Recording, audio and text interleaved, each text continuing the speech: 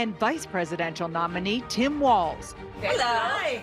Hi. How are Hello. you? Tonight, the new Democratic ticket in their first interview.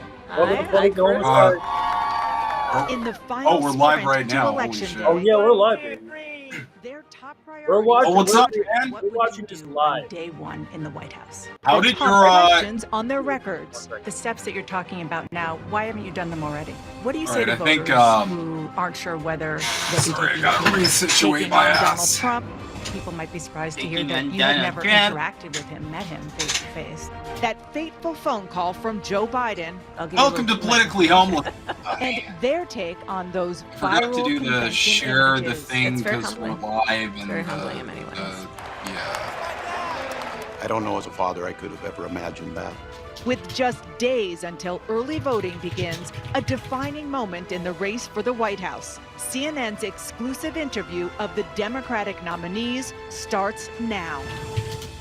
I don't know why the fuck we're watching this other than to mercilessly make fun of it. But I'm here for mercilessly making fun of shit. In fact, I live for it. From Savannah, Georgia, I'm What's going on? No. What's going on, Nick? Thanks for chatting in. What? Connection lost? Oh, guys, I think she just died. Yeah, Kamala Harris is dead. That's Kamala dying live. Kamala has died. Well, anyway, while we're waiting for it to load, how'd it go with your doctor? How's your situation? The downstairs incident going? Going good? Okay. Yeah, it's I've got medication for it now. Okay, that's good. Something that your mother always wanted and never got. Or you could give these different investment options a shot. The right money moves aren't as aggressive as you think. I'm keeping them. Do we really have to watch this stupid bullshit? Written in the greatest nation on earth. I accept your nomination to be president of the United States of America.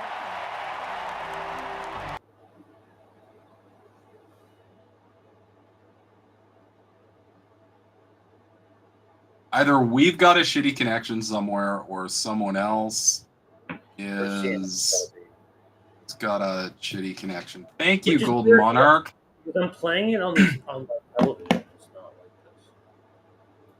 Thanks, man. What we try and do here is cover a lot of the shit that other people do not want to cover or aren't covering, because frankly, one of my biggest fucking gripes is that this space is basically I try to do a mix of both 15 because like I knew we were going to cover the interview tonight, so like I didn't want to like completely dumb max it with like fucking stupid mainstream media bullshit, but this just happened again to line up with our timeline. I hope September 10th does too.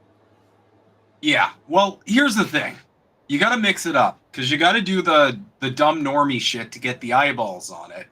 And then you drop into a massive rabbit hole about, like, cow farts and shit. Or Zionist Bitcoin and all that other stuff. You gotta hook them with some bait. And then you force them to indulge your extreme schizophrenia. There are a lot of Jewish Bitcoin billionaires, but I would like to know what the Zionist connection is about. That's right. That's the benefit of being politically homeless. Exactly. You don't feel like EGG. Because the problem with all these teams, even like the compatible or established left, And I think or people the are ready Twitter to turn right the or page whatever. on that. So what would you do day one? Day one, it's going to be about, one, implementing my plan for what I call an opportunity economy.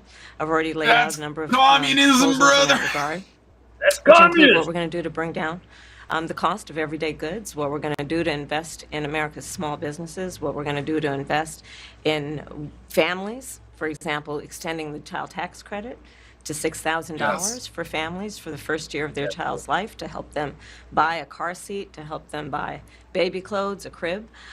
There's the work Already that we're gonna Kamala's do that like, is the best about I can do is investing crumbs in for the petite They bourgeoisie. ended it. They ended it themselves. American family around affordable housing, a big issue in our country right now.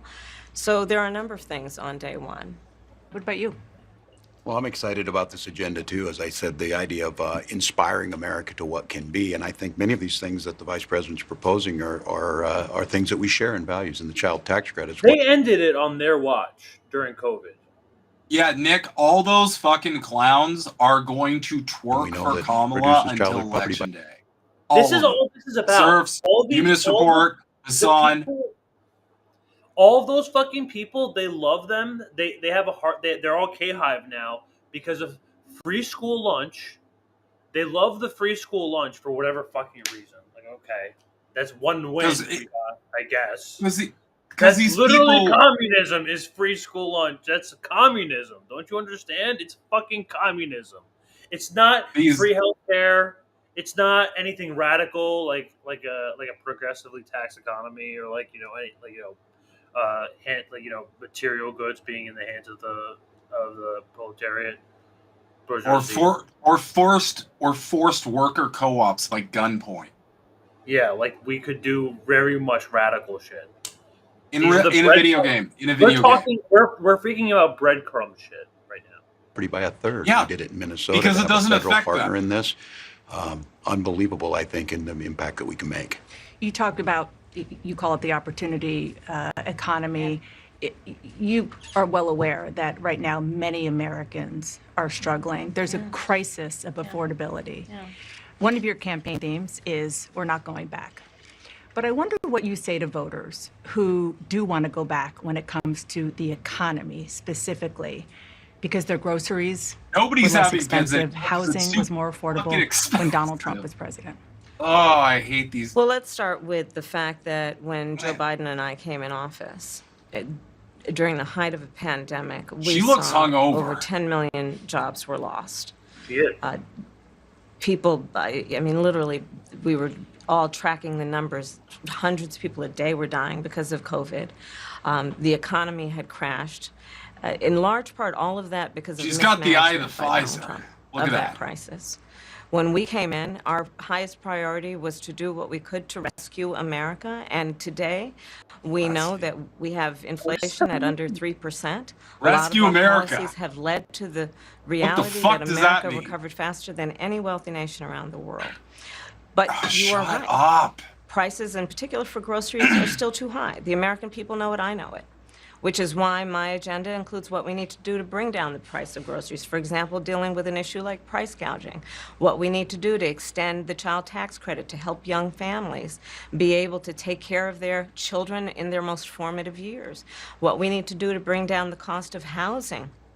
My proposal includes what would be a tax credit of $25,000 for first-time home buyers, so they can just have enough to put a down payment on a home, which is part of the American dream and their aspiration, but do it in a way that allows them to actually get on the path to achieving that goal and that dream. So you have been vice president for 3.5 years. Yeah.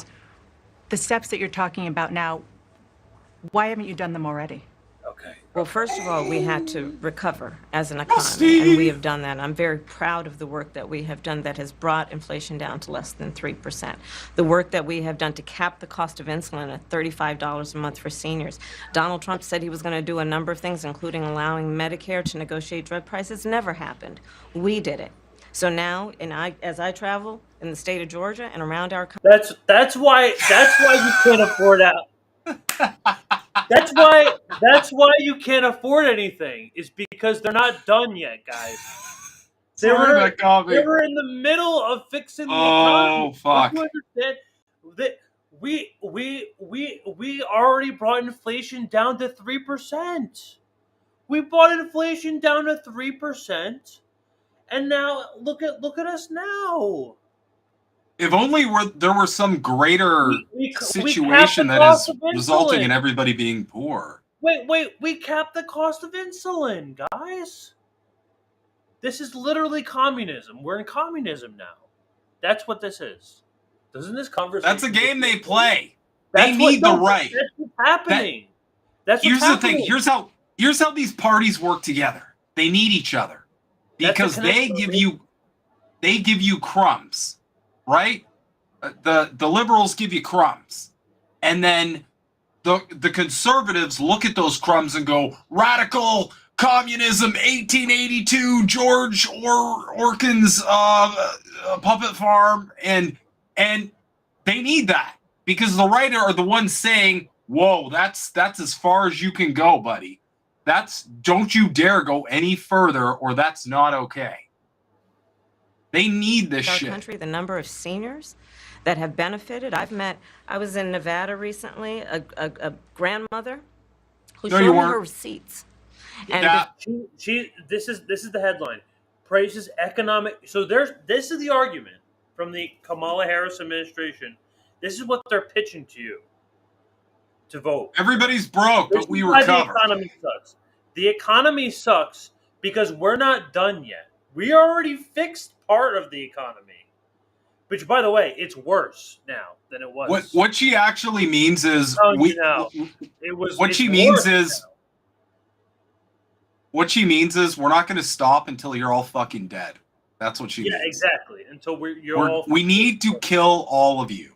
We're not done with you guys until you're all feudal swerves. She's not going to do a child tax credit. They ended it after a year. What do you mean? We're going to cook and eat all of you. And before we capped the cost of insulin for seniors at $35 a month, she was paying hundreds of dollars, up to thousands of dollars a month for her insulin. She's not doing that anymore. You maintain Bidenomics is a success. I maintain that when we do the work of bringing down prescription medication for the American people, including capping the cost of the annual cost of prescription medication for seniors at $2,000, when we do what we did in the first year of being in office to extend the child tax credit so that we cut child poverty in America by over 50%, when we do what we have done to invest in the American people and bringing manufacturing back to the United States so that we created over... I can't fucking stand this neoliberal like Gish Gallop. I hate the thing where they have to like Gish Gallop. She's the latest sensation though. Brad. They always Gish Gallop like all of their accomplishments.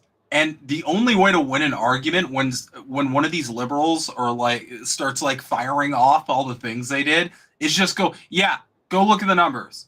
Okay? Everybody's poor. Everyone's fucking poor. That's it. That's it. It doesn't matter. It doesn't matter the number of crumbs that they throw off the table.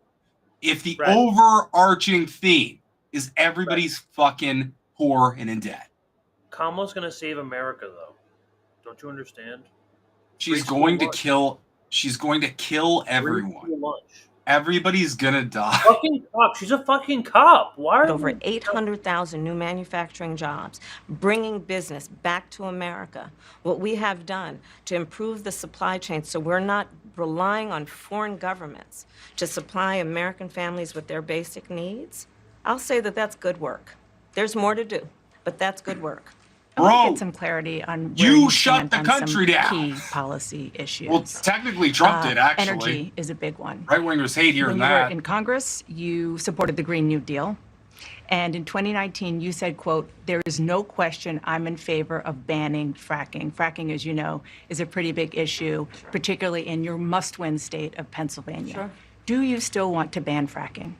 No, and most of the people in your country don't know what fracking is. I promise. I will bet as vice president, my left nut on it. I will not ban fracking. As president, I will not ban fracking. Most people don't know what fracking is. In 2019, no, they have no idea about fracking, which causes earthquakes. By the way, if you actually want to talk about like the environment, like fracking is actually not good. There was a whole episode. Oil drilling is not good. There was a whole episode of DuckTales over this shit, okay? I know fracking. Or something.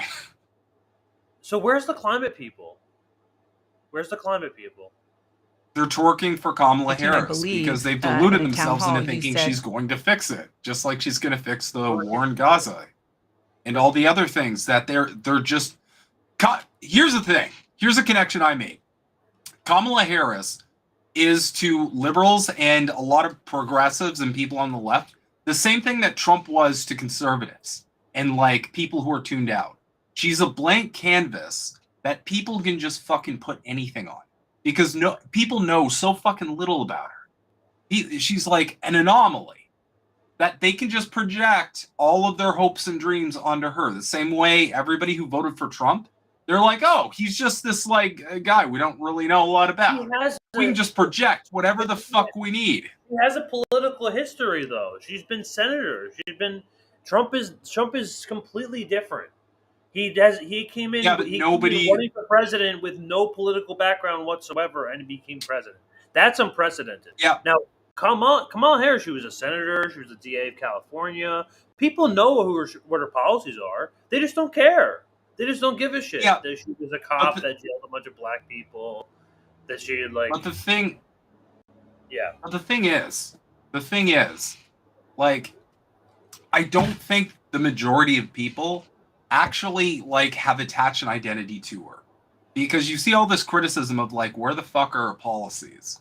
And it's like, I don't need Trump's policies, for example, after what he did in office for 4 years, to kind of get what he's looking to do. Same thing with like any other career politician. I get what they're gonna do. Most people don't fucking know enough about her to create an identity around her, because she basically just cackled the whole time while Biden was there shitting and farting, and his handlers were trying to, I don't know, figure out how to scuff America worse than it's been scuffed ever again. Oh my God, that's so funny, dude! Right under our video, you were asked. That's awful. Right under our video is the Young Turks. Kamala Harris has a huge surge. Why the fuck does YouTube? Would you commit to implementing a federal ban on fracking on your first day in office? And you said there's no question I'm in favor of banning fracking. It is. So yes. So it changed in that campaign? In 2020, I made very clear where I stand. We are in 2024, and I've not changed that. So if anyone can figure out how to get the stream key and the RTPM key, like the RTMP code from the Telegram channel, I can't do it on Mac. I don't know what version it is. I tried downloading the desktop version, the App Store version. I don't know what it is. The R2D2? Yeah, no, for the politically homeless Telegram. You're not. You said you don't like Telegram. Oh yeah, it sucks.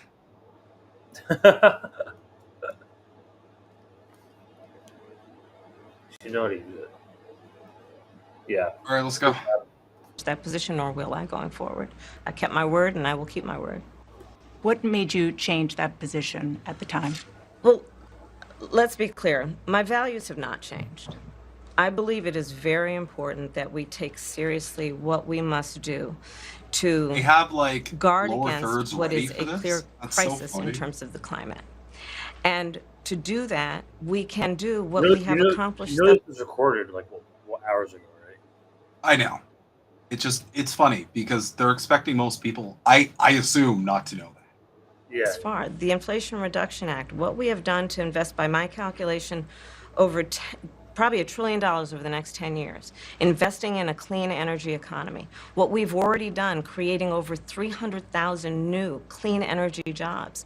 That tells me, from my experience as vice president, we can do it without banning fracking. In fact, Dana, excuse me, she keeps calling her Dana.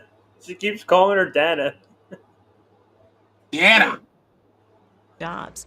That tells me, from my experience as vice president, we can do it without banning fracking. In fact, Dana, excuse me, I cast. She corrected herself back to Dana? That actually increased leases for fracking as vice president. So I'm very clear about where I stand. And was there some policy or scientific data that you saw that you said, oh, okay, I get it now? What I have seen is that we can grow and we can increase a thriving clean energy economy without banning fracking. Okay. Another issue, big one, is immigration. Mm-hmm. As vice president, you were tasked with addressing the root causes of migration in southern immigration countries and northern part of Central America. The northern part of Central America that affects the southern border of the U.S. Mm-hmm. During the Biden-Harris administration, there were record numbers of illegal border crossings. Why did the Biden-Harris administration wait 3.5 years to implement sweeping asylum restrictions? Well, first of all, the root causes work that I did as vice president, that I was asked to do by the president, has actually resulted in a number of benefits, including historic investments by American businesses in that region. The number of immigrants coming from that region has actually reduced since we began that work. But I will say this, that Joe Biden and I and our administration worked with members of the United States Congress on an immigration issue that is very significant to the American people and to our security, which is the border. And through bipartisan work, including some of the most conservative members of the United States Congress, a bill was crafted, which we supported, which I support. And Donald Trump got word of this bill that would have contributed to securing our border, and because he believes that it would not have helped him politically, he told his folks in Congress, don't put it forward. He killed the bill. A border security bill that would have put 1,500 more agents on the border. And let me tell you something, the Border Patrol endorsed the bill. And I'm sure in large part because they knew they were working around the clock, and 1,500 more agents would help them. That bill would have allowed us to increase seizures of fentanyl. Ask any community in America that has been devastated by fentanyl what passing that bill would have done to address their concern and a pain that they've experienced. So you would push that legislation again. I just want to ask Not only push it, I will make sure that it comes to my desk and I would sign it. Just one other question about Every politician something says you that. said in 2019 when you first ran. There was a debate. You raised your hand when asked whether or not the border should be decriminalized. Do you still believe that? I believe there should be consequence. We have laws that have to be followed and enforced that address and deal with people who cross our border illegally, and there should be consequence. And let's be clear, in this race, I'm the only person who has prosecuted transnational criminal organizations who traffic in guns, drugs, and human beings. I'm the only person in this race who actually served a border state as Attorney General to enforce our laws, and I would enforce our laws as president going forward. I recognize the problem. Generally speaking, There is a reason. how should voters look There's at a some of the reason changes why that you've across made, the fucking that board, you've explained some of here they're all in your focusing on the policy? border. Because they Pay yeah, attention because to they this can't shit. Yeah, they don't understand the actual source of it. They don't understand the actual consequences of it. They don't understand what the actual process should look like. And honestly, people just don't understand. They just see like, oh, there's a bunch of Mexicans coming over here and taking our jobs. That's really the mentality. No. That's really what people My personal opinion, and I've said this on social media, I think the reason why, because if you noticed before, there wasn't this concern over the border from the lib side as much as right now. It was always from the conservatives. The reason it's now a lot more across the aisle, so to speak, screen cap this. We're going to make another prediction here at Politically Homeless. Might be a bit of a long game prediction, but that's okay. All of this border fear-mongering, all of this like obsession with the border, this is going to come with digital ID at the end of the story. That's going to be, I will bet any amount of money, that is where this is all going to fucking head. I was going to make that head to connection digital with, ID. I was going to make that connection with Trump and Bitcoin, but Oh yeah. Is it because you have more experience now and you've learned more about the information? Is it because you were running for president in a Democratic primary? And should they feel comfortable and confident that what you're saying now is going to be your policy moving forward? Dana, I think the most important and most significant aspect of my policy perspective and decisions is my values have not changed. You mentioned the Green New Deal. What are those? I have always believed, and I've worked Besides on it, genocide. that the climate crisis is real, that it is an urgent matter to which we should apply metrics that include holding ourselves to deadlines around time. We did that with the Inflation Reduction Act. We have set goals for the United States of America and by extension the globe around when we should meet certain standards for reduction of greenhouse gas emissions. As an Monarch, she example. was a That value saluter. has She was not that changed. lizard that never My stopped value laughing. around what we need to do to secure our border. That value has not changed. I spent 2 terms as the Attorney General of California prosecuting transnational criminal organizations, violations of American laws regarding the illegal passage of guns, drugs, and human beings across our border. Thought she was gonna say My the values passage have of not time. changed. So that is the Passage reality of of it. time. In 4 years of being vice president, I'll tell you, one of the aspects to your point is traveling the country extensively. I mean, I'm here in Georgia. I think somebody told me 17 times since I've been vice president in Georgia alone. I believe it is important to build consensus. And it is important to find a common place of understanding of where we can actually solve problems. On that note, you had a lot of Republican speakers at the convention. Will you appoint a Republican to your cabinet? Yes, I would. Anyone Yes, in mind? I would. No one in particular in mind. We got 68 days to go with this election, so I'm not putting the cart before the horse. But I would. I think it's really important. I have spent my career inviting diversity of opinion. I think it's important to have people at the table when some of the most important decisions are being made that have different views, different experiences. And I think it would be to the benefit of the American public to have a member of my cabinet who was a Republican. Okay. That was just the start of our wide-ranging conversation, and we have some never-before-shared details about the phone call that changed everything between President Joe Biden and Vice President Kamala Harris. And did he All right, offer well, to endorse? There's no How much more of this shit do we want to watch? Interview with Vice President Kamala Harris. To the families, to the For the governor, record speaks for itself, but I think people are coming to get to know me. I speak like they do. I speak candidly. I wear my on my sleeves, and I speak especially passionately about our children being shot in schools and around guns. So I think people know me. They know who I am. They know where my heart is. And again, my record has been out there for over 40 years to speak for Okay, itself. so And climate lockdowns, the digital idea ID, that you said that you and were take in away your war. guns. Did you misspeak as the campaign had to say? Okey-doke. Yeah, I guys. said we were talking about in this Okey-doke. case. This was after a school shooting. The ideas of carrying these weapons of war, and my wife, the English. I'm waiting for the Israel bit. I'm waiting for when they talk about Israel. My grammar's not always correct, but again, if it's not this, it's an attack on my children for showing love for me, or it's an attack on my dog. I'm not going to do that. And the one thing I'll never do is I'll never demean another member's service in any way. I never have, and I never will. I just one other question, because again, this is all new. Yeah. I mean, this was not, however many days ago, this was not on either of your bingo cards, especially yours.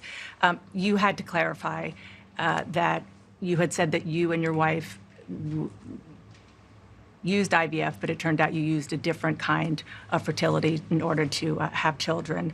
And then when you ran for Congress in 2006, your campaign repeatedly made false statements about a 1995 arrest for drunk and reckless driving. What do you say to voters who aren't sure whether they can take you at your word?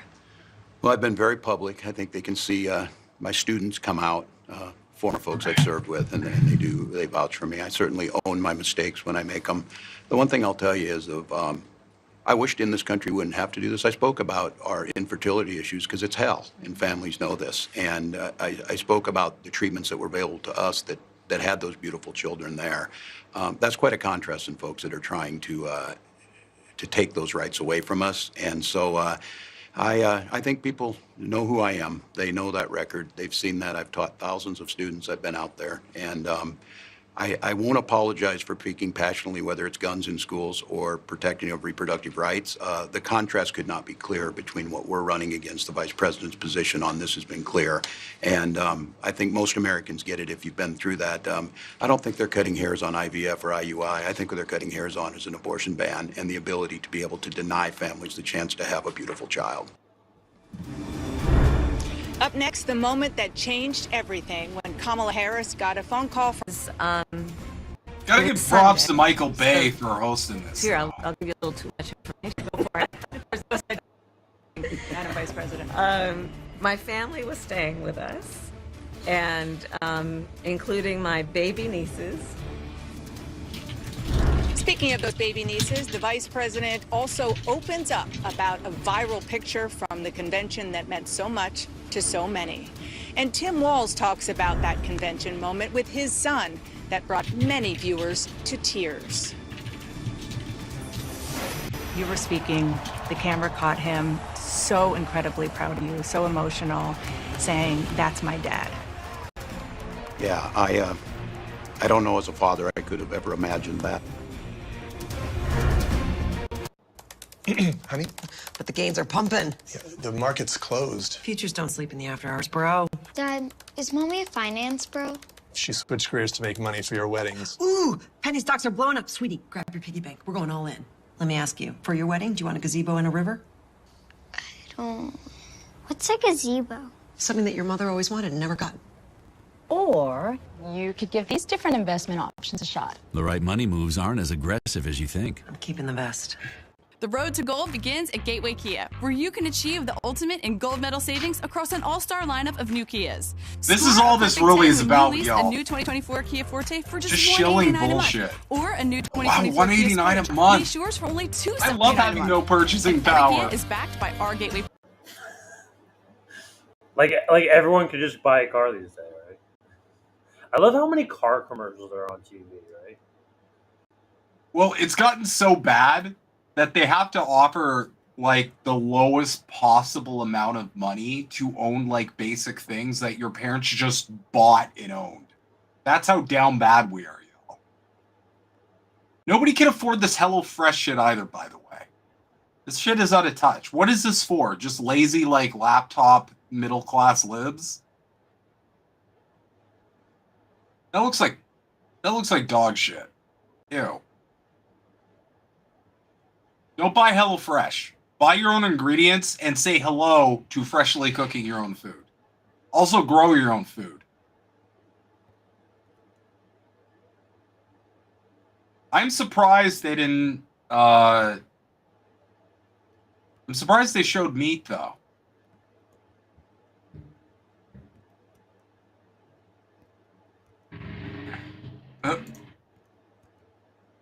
This episode of Politically Homeless has been brought to you by Gold and other right.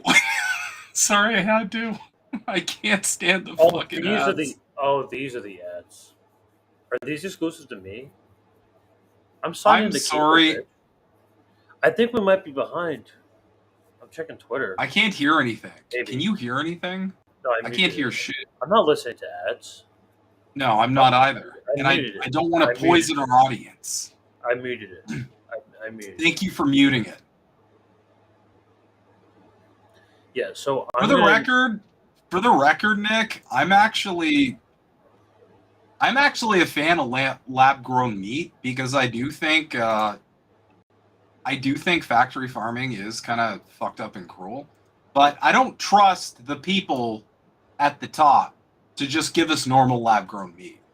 After revolution, I think lab-grown meat would be great. Imagine just growing steaks; that'd be based. You could grow like a prime rib, the size of your leg, and then you could just go into a food coma and fucking die. Sorry. For context, I'm still recovering from food poisoning from the weekend, so I might be a little loopy still. But did you actually got food poisoning this weekend? You didn't yeah. talk about that. I was at your mom's house and she made some fucked up stuff before we Really? Yeah. Sorry. Did you say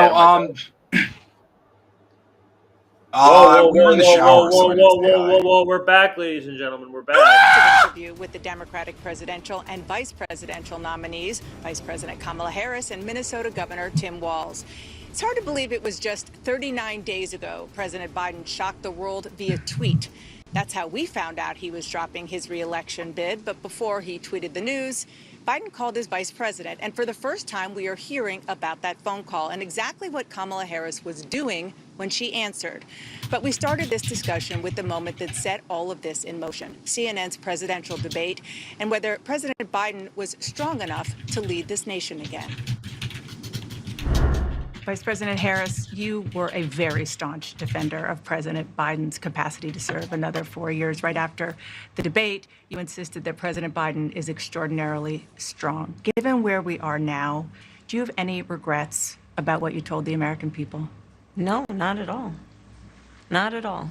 I have served with President Biden for almost 4 years now, and I'll tell you, it's one of the greatest honors of my career, truly.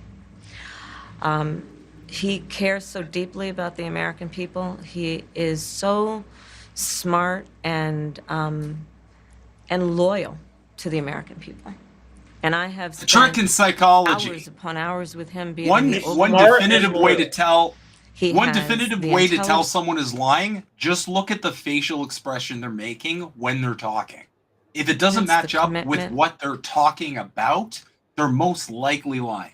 Like, she is supposed to be praising it. She's supposed to be talking positively, but her facial demeanor is very negative. People do that, especially when they're nervous, when their inner, thoughts about a person are not lining up with what they're saying about the person. That's a little trick. Go analyze everybody you know and call them bullshitters. And disposition that I think the American people rightly deserve in their president. By contrast, the former president has none of that. And so, one, I am so proud to have served as vice president to Joe Biden.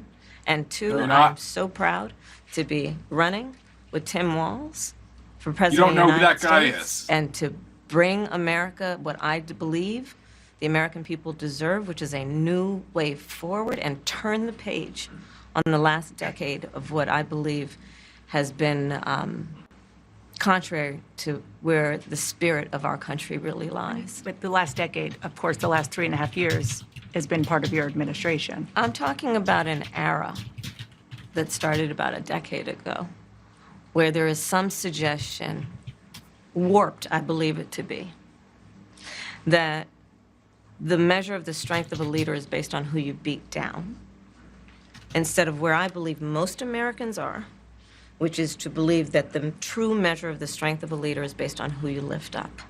That's what's at stake as much as any other detail that we could discuss in this election. Because we haven't had a chance to talk, I'm just curious, staying on President Biden, when he called you and said he was pulling out of the race, what was that like? And did he offer to endorse you right away, or did you ask for it? It was a Sunday, so She was I'll begging give you a little for too much information. Go for it. Behind the scenes, she was begging for it. That's what all the Democratic insiders were saying. Because she was not their first choice. She was not their first choice. There's no such thing, Madam Vice President. She wouldn't be my last my family was choice. staying with us, and including my. He couldn't win a single delegate. She didn't win a single delegate. Well, I'm sorry. After you get cooked by the PSYOP queen, Kerrigan herself from Brood Wars, for fuck's sake, Tulsi Gabbard, after you get cooked by an obvious Fed, nobody's look at her expression on her face. My baby nieces. My baby nieces. And we had just had pancakes and, Auntie, can I have more bacon? Yes, I'll make you more bacon. And then we were sitting down to do a puzzle. Hold on. The phone rang. Even the breakfast story here has a bit of holes in it. Can I have more bacon? So you just go cook more bacon during breakfast? You didn't make enough bacon initially to feed the whole table? Are you guys also, you're a cop. Why are you cooking bacon? That's like cannibalism. But more so, this story already makes no sense. Greg, have you ever had a breakfast with a family? Sure. Where it's can I have more bacon? And because there's not enough at the table, so they go, okay, I'll go cook more bacon. I will go fry up more bacon. I need to hear Does that ever happen to you? I need to hear this again. Defense of the man who chose her to be his running mate, voice of her own. And with Governor Walz's rise to national prominence, a Disgraceful. star was born at the convention. Oh, Gus fuck, Walz. We'll hear about that moment between father and son, and the woman who could make history in the Oval. All right, we can't pause it too much. We can't pause it too much. Wait, that isn't Kyle Rittenhouse? This He does look like Kyle Rittenhouse, doesn't he? iconic photo. Okay, so we can pause it, but we can't rewind. So rewinding fucks it up. Vice President, the photograph Let's just go. that has gone viral. You were speaking, one of your grandnieces that you were just talking Yes. about was watching you accept the nomination. You didn't explicitly talk about gender or race in your speech, but it obviously means a lot to a lot of people, and that viral picture really That's a photo wall. to you.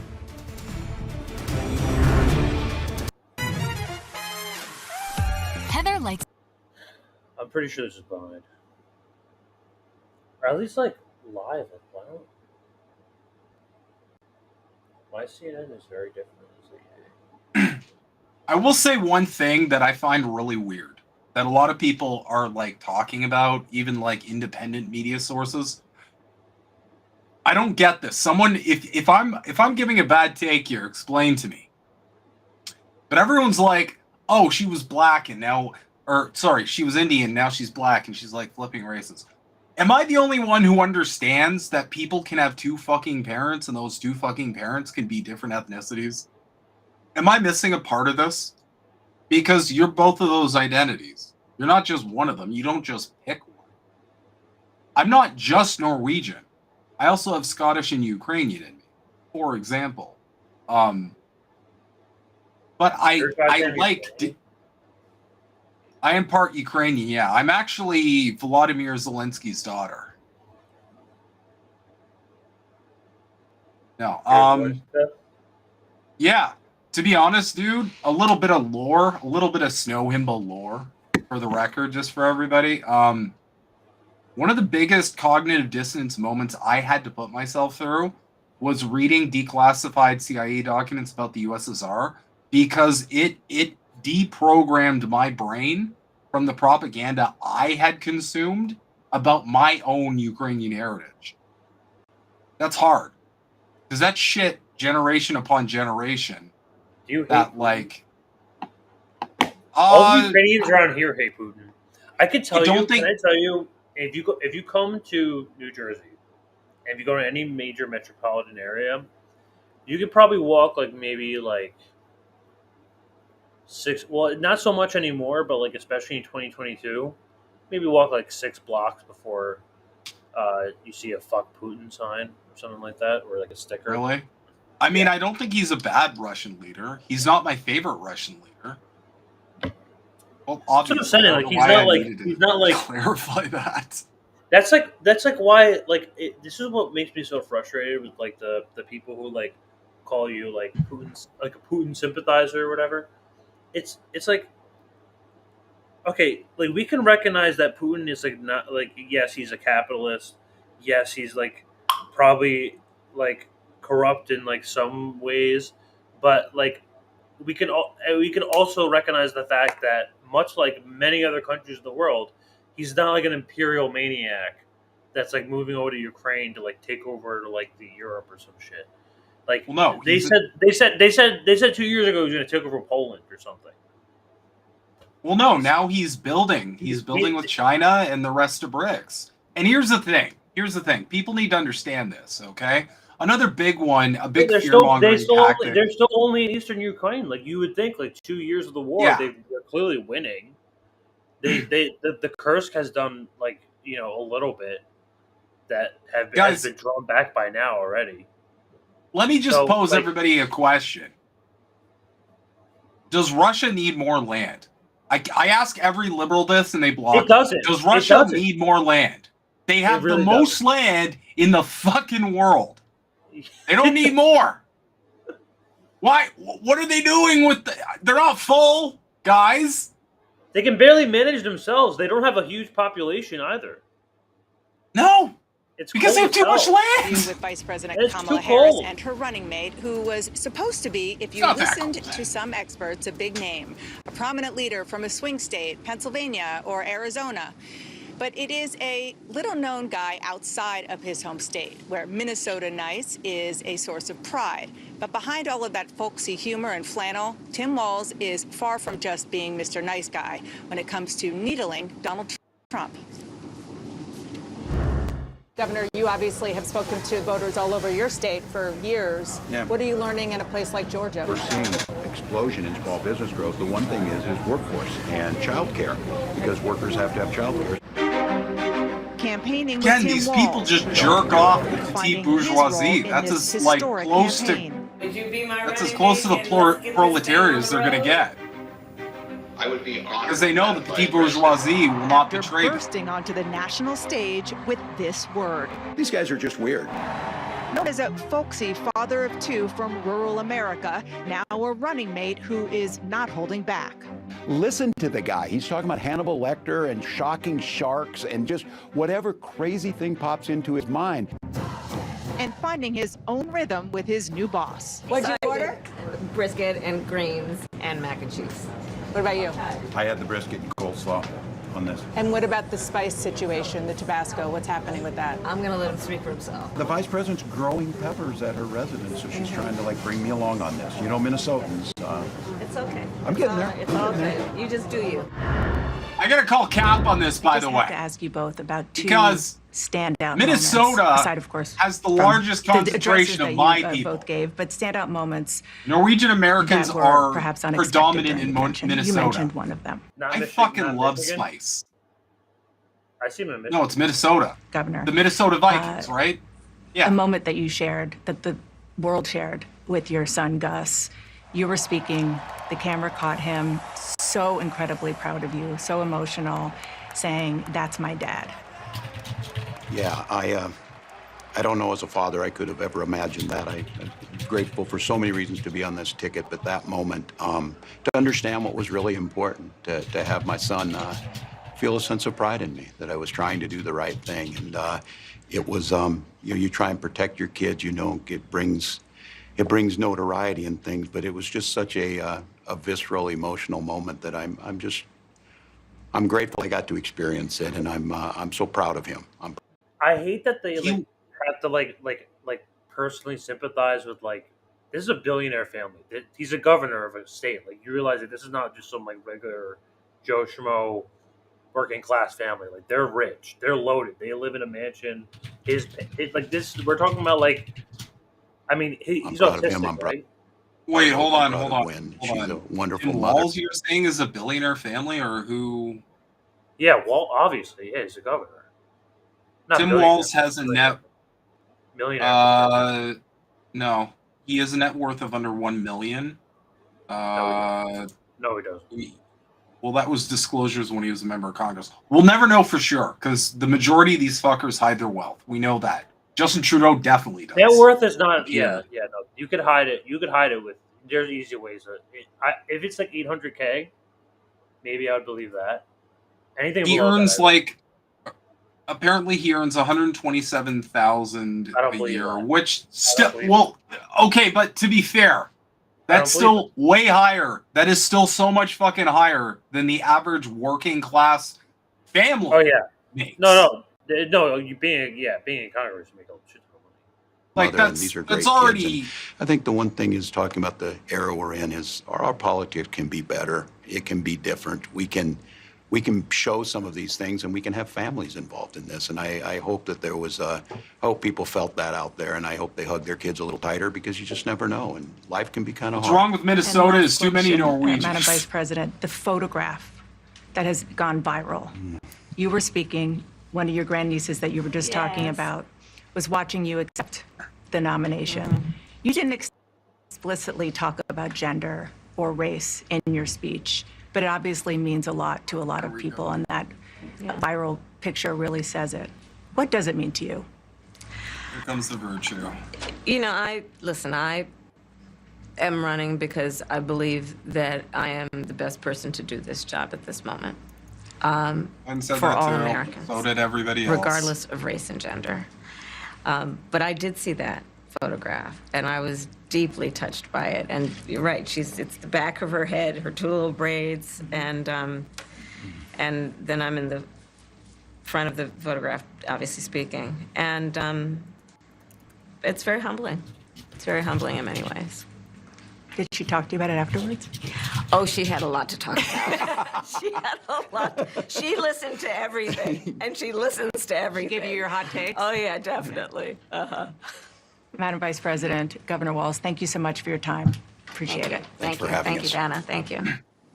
Did we hold on? This was Vice President Harris's first real unscripted Wait, setting where Hold on. voters could Hold on. see and hear her explain some of her policy positions now and how they differ from before she became vice president and why. And this was the first we heard those details about an extraordinary phone call from a president dropping out of the race and endorsing his vice president, something that will certainly go down in history. CNN has also invited both President Trump and Senator JD Vance to sit down with us. We hope to bring that interview to you as well. We have plenty of CNN special coverage ahead. I want to go to my friend and colleague, Abby Phillip, who is standing by with some of the best political minds in the business. Abby? We have them all. We definitely missed some parts. Did they talk about Israel? Can anyone else confirm if they even touched that? I imagine they wouldn't. There's actually a study that just came out about this. Okay. There was a study that just came out about this that confirms that too much fluoride does in fact lower your IQ. So tinfoilers, another W. But yeah. Okay, can we somehow get to the Israel shit? That's all I care about, really. I just need to prepare mentally for how bad this is going to get. Because I'm really good at sniffing out bullshit and sniffing out, like... Here's the thing. If you're not actually willing to meet a moment and act in a situation, you are going to be more vague with your wording. Period. The same way as, like, if you're dealing with something at work and you're not 100% sure, you're like 70% sure, you don't like go completely all in. You like leave a little wiggle room for ambiguity. You don't want your boss to hack off your limbs with a chainsaw sword. I don't even know where this was going. Right, but I mean, I want to see, like, I'm clip chimping. I want to see if she actually makes any kind of firm commitment, or if it's the same, like, oh, we're working so hard. We want to get the ceasefire done. Yeah, don't look into the Qatar incident, because a bunch of them are about to die for other reasons. Anyway, They definitely had it. They talked about. I thought they talked about Israel. Did they not? Did they? You want? Can anyone confirm if they talked about Israel? We definitely missed some shit, but I'm kind of thankful for it because I don't want to suffer through the entirety of this bullshit. This was already painful. It sucked. It was terrible. Oh, here we go. Here we go. Unsuccessfully to end the war between Israel and Hamas in Gaza. He's been doing it for months and months, along with you.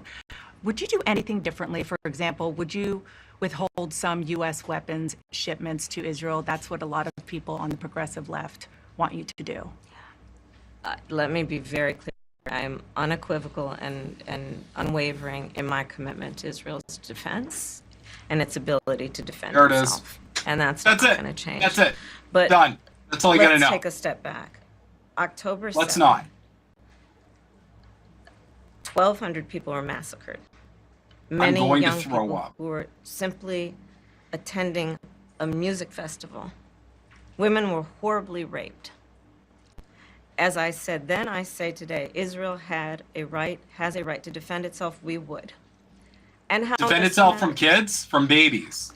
It has to defend itself from a bunch of children. Innocent Palestinians have been killed. But that's not defending itself, though. That's killing innocent people.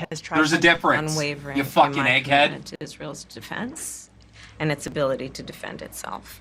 Oh my God, I'm getting heated. As I said then, I say today, Israel has a right to defend itself. We would. And how it does so matters. Far too many innocent Palestinians have been killed. And We have got to get a deal done. We were in Doha. We have to get a deal done. This war must end. In the meantime, and we must get a deal that is about getting the hostages out. I've met with the families of the American hostages. Let's get the hostages out. Let's get the ceasefire done. but no change in policy in terms of arms and so forth. No, we have to get a deal done. Dana, we have to get a deal done. When you look See that? at Do you see that? the significance She of wanted her this to the confirm on the families, change to in the policy. people who She are said living no in that change in region. policy and then immediately pivoted. A This is even deal worse is than I not was only expecting. the right thing to do to end this war, but will unlock so much of what must happen next. I remain committed since I've been on October 8 to what we must do to work toward a two-state solution, where Israel is secure and in equal measure, the Palestinians have security and self-determination and dignity. You're not going to get a deal done, okay? You're not going to get a deal done if you keep sending them weapons. Israel's over there like, we're just going to keep doing our shit. Fuck you. And she's like, we got to get a deal done. Here's more weapons. We're not changing our policy. That's all you guys need to know. So, let me be crystal clear. I want to say this to everybody watching and everybody who stumbles upon this video and this clip, whatever it's going to be. If you fucking vote for this, you are voting for genocide.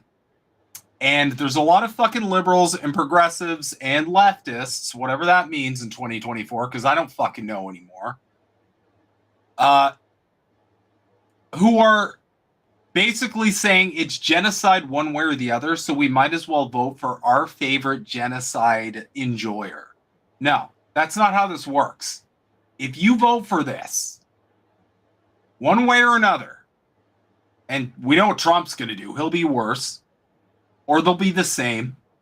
There's not a lot of daylight between these two parties. But if you vote for this, you are voting.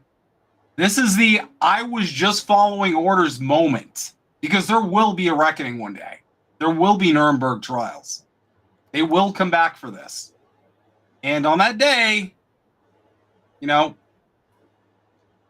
you decide what side of history you want to be in the books on for this one. Because a lot of people already failed that test. But if you're voting for this shit after what she just said right now, she gave the game away 100% here. That's horrific, man. This It's is the disgusting. Quote. This is the quote right here.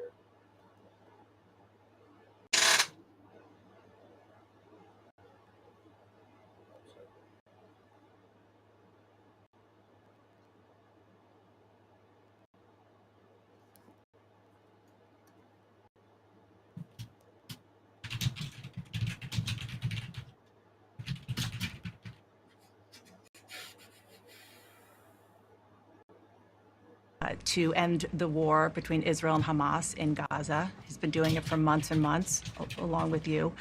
Would you do anything differently? For example, would you withhold some U.S. weapons shipments to Israel? That's what a lot of people on the progressive left want you to do. Let me be very clear. I am unequivocal and unwavering in my commitment to Israel's defense and its ability to defend itself. And that's not going to change. But let's take a step back. October 7, 1,200 people were massacred. Many young people who were simply attending a music festival. Women were horribly raped. As I said then, I say today, Israel has a right to defend itself. We would. And how it does so matters. Far too many innocent Palestinians have been killed. And we have got to get a deal done. We were in Doha. We have to get a deal done. This war must end. In the meantime, and we must get a deal that is about getting the hostages out. I've met with the families of the American hostages. Let's get the hostages out. Let's get the ceasefire done. But no change in policy in terms of arms and so forth. No, we have to get a deal done. Dana, we have to get a deal done. When you look at the significance of this to the families, to the people who are living in that region. A deal is not only the right thing to do to end this war, but will unlock so much of what must happen next. I remain committed since I've been on October 8th to what we must do to work toward a two-state solution, where Israel is secure and in equal measure, the Palestinians have security and self-determination and dignity.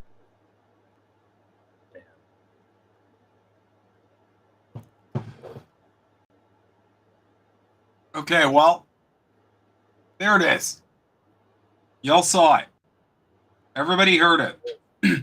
The only plus side to this is now all of those annoying fucking liberals and progressives and the people who are like desperately looking for an excuse to just like go back into full shitlib mode and like just twerk for Kamala until election day. They just lost any ambiguity.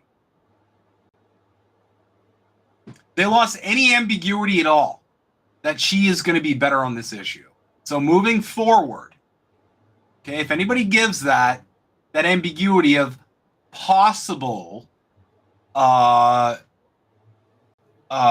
addressing or ceasing this genocide, you find one of these videos and you point them to it because they have no ambiguity anymore. There's no more. She essentially said nothing's going to fundamentally change. We're going to be the same. So at this point, this is just a vote to continue an active fucking genocide. That's it. That's all it is. I'm going to throw a chair. I'm going to throw a chair and a half. Yeah. I'm looking for more clips. Why is this not? Anyway. I did want to make that connection to. Wait, hold up.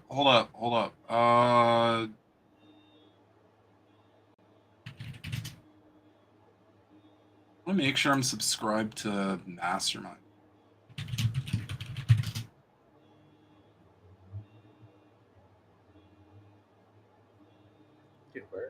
What the fuck? I'm not subscribed. All right, I'm subscribed. Everybody go subscribe to @Mastermind Hour. I'll put it in the chat.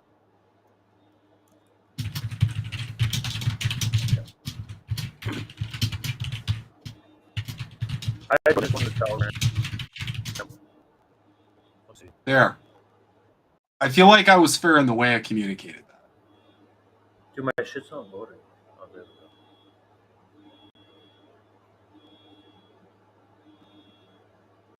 go.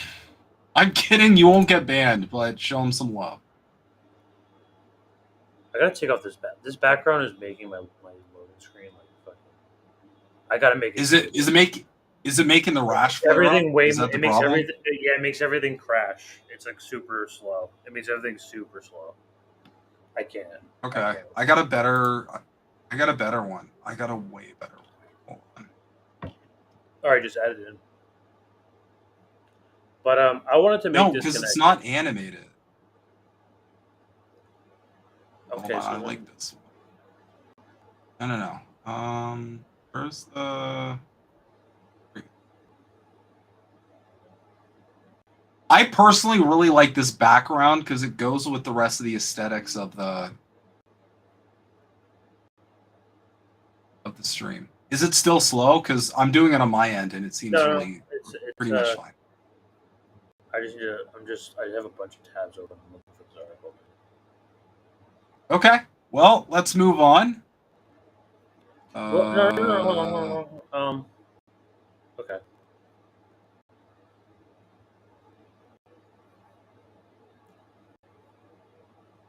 We're going to.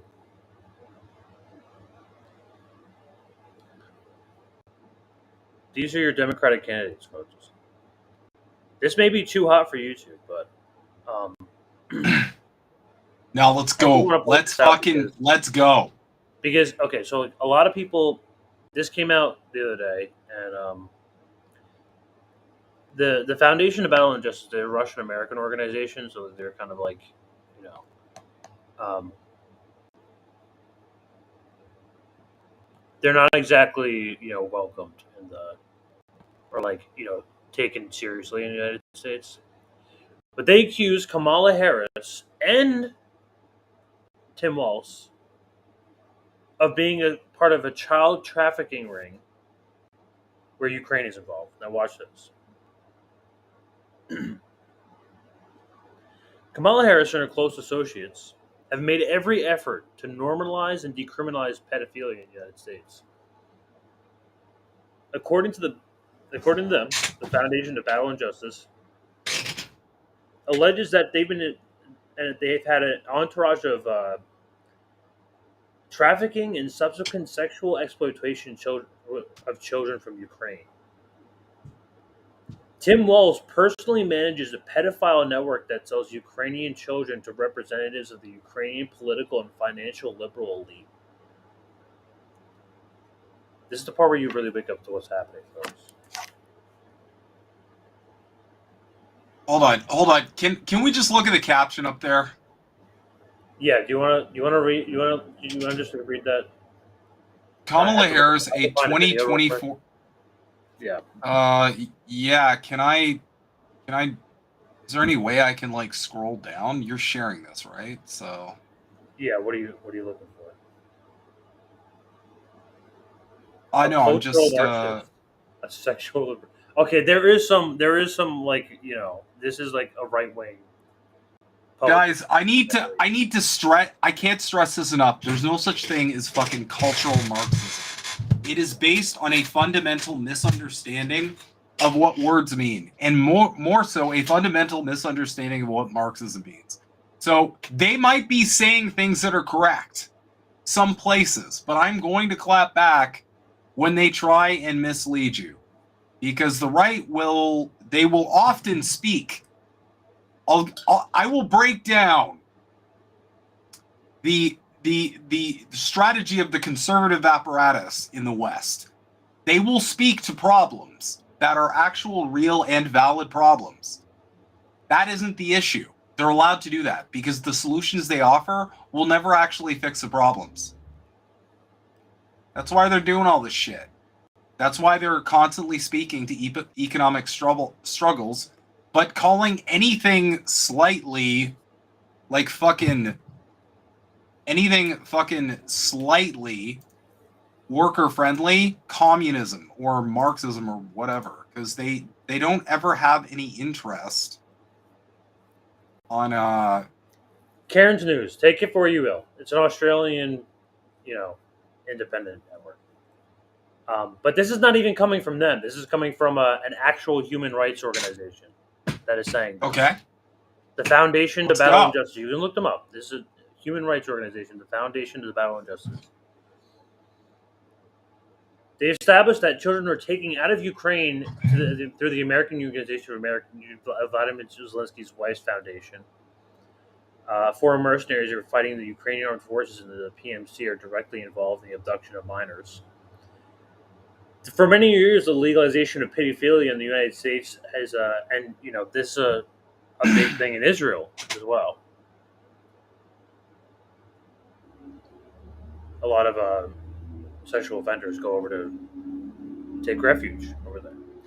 I don't know why they all tend to be into minors, but that's take what you will. The process was launched under Barack Obama, continued to gain momentum under Joe Biden. The U.S. Democratic Party initiated at least 42 legislative amendments that led to the partial decriminalization of pedophilia, including the alleviated situation of child molesters, their normalized socialization and legal status. Earlier human rights activists in the Foundation of Battle and Justice repeatedly warned of the attempts by representatives of the U.S. Democratic Party to normalize pedophilia and lobby for the age of consent to accepting sexual attraction to minor children as an orientation. In 2020, the bill was passed, according to which a pedophile not recognized as a sex offender if the difference between his age and the age of the victim is no more than 10 years.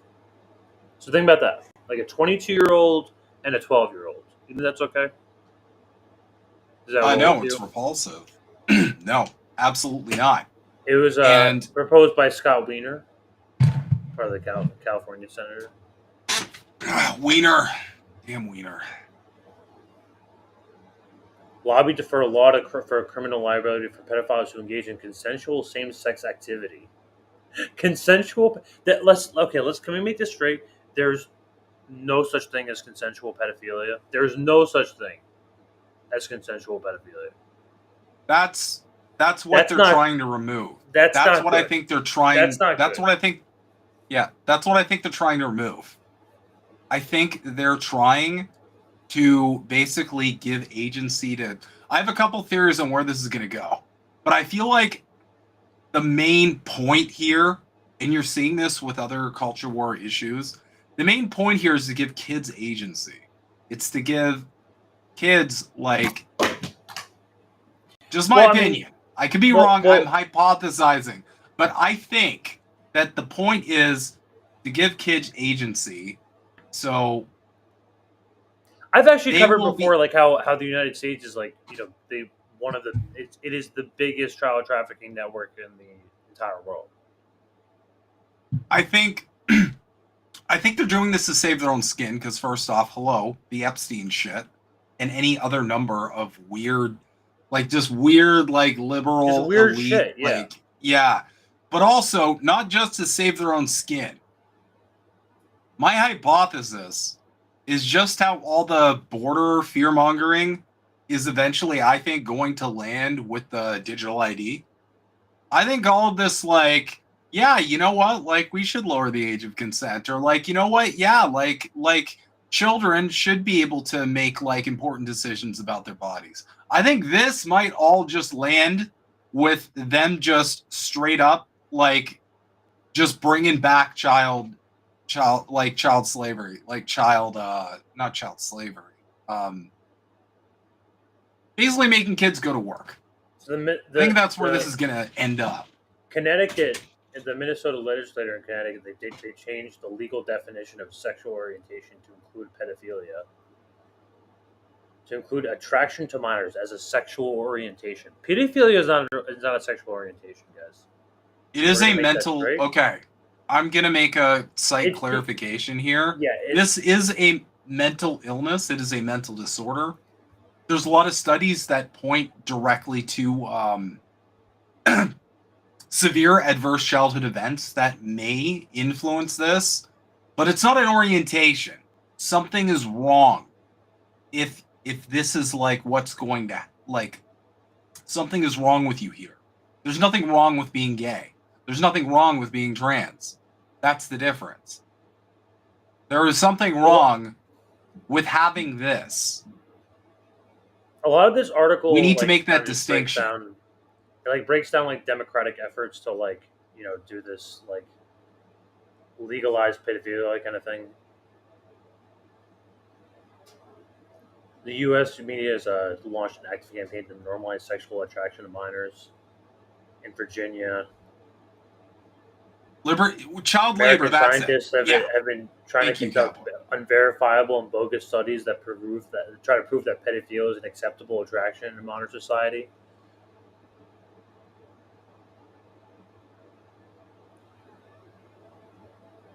Yeah, again, I think this is all going to land back with, okay, we've kind of made it kind of acceptable for kids to be sort of adults. Tim Walz is the most currently pedophile-friendly legislator in the country. Okay, but like, where Tim Walz not only makes pedophilia socially acceptable and tolerated, but acts as a key overseer of the extensive pedophile network. With influential financial donors of the Harriz campaign, including the Netflix studio head Reed Hastings, LinkedIn founder Reed I believe it, and several members. Where's the receipts, though? You can't just be like, this guy is a pedophile network. There's a whole rabbit hole here, and I'm like more into like the Trump Bitcoin thing than I am in this. But there's substantial evidence. Here we can get into They have a well-investigated journalist who, you know, for they can't disclose their name for security reasons. And it says that so they suggest like Zelensky's wife's foundation, which in that article here, this is their website, the Foundation of Battle and Justice. Now they're alleging that they have this child trafficking network.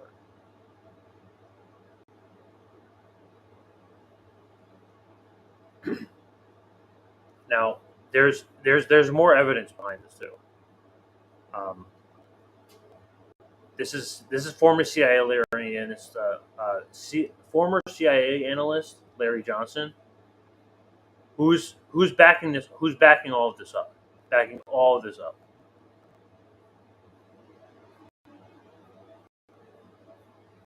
Hey, Judge, remember, we've got reports coming out of Ukraine that children are being trafficked by the West, that they're being used for both sex, they're being used for harvesting organs. It's not isolated reports. They're very credible reports on this. And you come back and look at why is the United States so heavily invested in Ukraine? Because it's not because we're there to, quote, uphold democracy. If we're there to uphold democracy, we'd be attacking Ukraine. Hey, Judge, remember, we've got reports. So, take what you will from that. But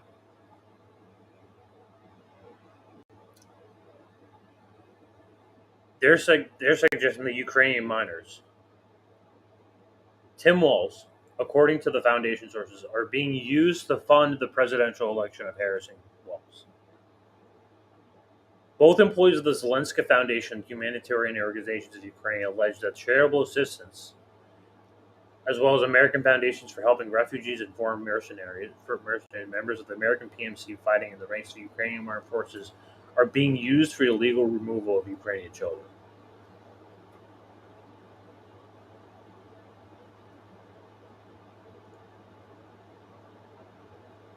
Kamala Harris herself was repeatedly criticized for refusing to investigate the crimes of Catholic priests in Salesian High School in Richmond, California, when she was DA.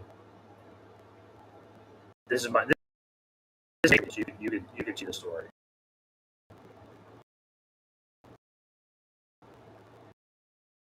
But there's a deeper story here.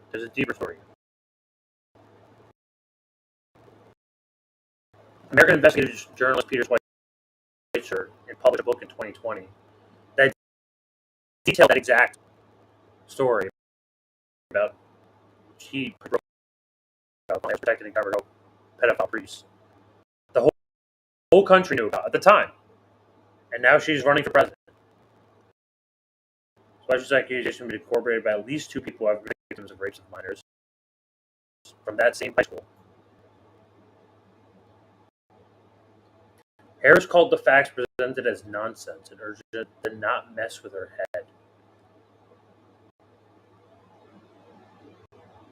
Peter Schweitzer claims that Harris used her position as district attorney to create the first unit in law enforcement history to specialize exclusively in child sexual abuse cases.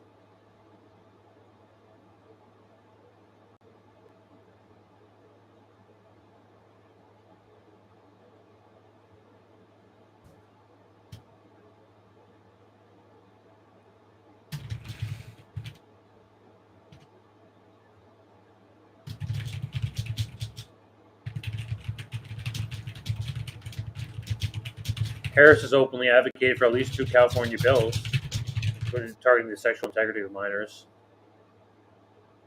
non-traditional orientation, allowing a chemical sex reassignment for minors.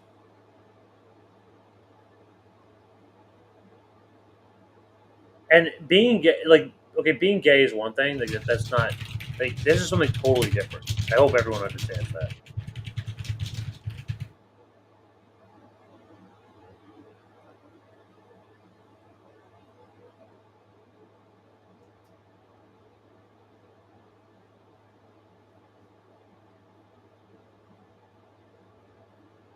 But yeah, Deep investigation. It's quite some shit. I mean, this was always like a weird part of the liberal bubble. And there's plenty of, Trump included, people on the right as well. But there was always this weird, like, connection that a lot of people felt like they couldn't talk about.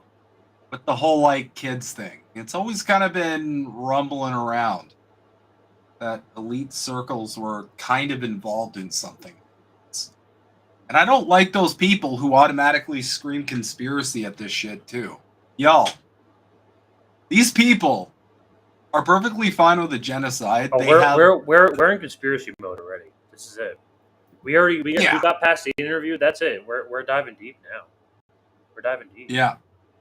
We are full tinfoil mode in get. Oh, dude, I should make a intro. Like tinfoil mode engaged. You want to play the intro? No, not the intro. I should make an intro. Yeah. Like tinfoil mode engaged or something to show viewers when we go into like tinfoil mode. But yeah. Listen, y'all, these are people who fucking have the blood of millions upon millions of people on their hands. They're obviously sociopaths. Most of them are probably psychopaths. I don't think there's a limit to their depravity. If you told me they kept babies in a jar and ate them overnight for a bedtime snack, I wouldn't blink. Because if you're like just okay with like doing the genocide thing, there's not much left. You don't really know boundaries at that point when it comes to other human beings as a whole. So. Yeah. Speaking of conspiracy, we got a segment here on the vax, and I'm glad that we can be a little bit more liberal about this topic. But we covered this a couple weeks ago, and all of a sudden, Israel is okay with a humanitarian pause as long as we can deliver vaccines. 25,000 vaccines for kids, which, granted, like the polio vaccine is one thing. It's different than the COVID vax. It's very different than the COVID vax. But this is a specific type of vaccine. So we'll get into it. Yeah. I just think it's funny. Sorry, short note. I think it's really funny how they just can't possibly get a ceasefire done unless it's to somehow benefit Big Pharma. It's exactly. Like they gotta balance, that's what it is. Like, that's what it is. They gotta balance their imperialism with their servitude to the pharmaceutical industry. And it's delivered by Toyota trucks. Do you see that? Like, it's all, you can see the capitalism happening in real time. UNICEF. So they're UNICEF vaccines, but who's manufacturing them? I would like to know the manufacturer of the vaccines. Where are they coming from? I know they're coming from UNICEF, but why? But who's making them? This UNICEF doesn't have their own scientists. I don't think they do. That are like making vaccines.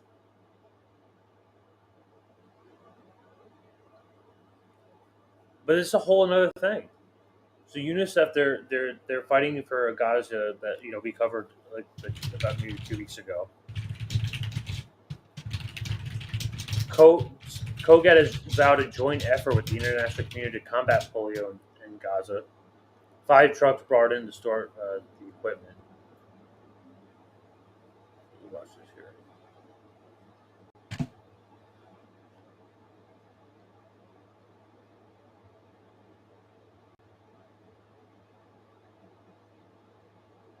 $25,000 vaccines.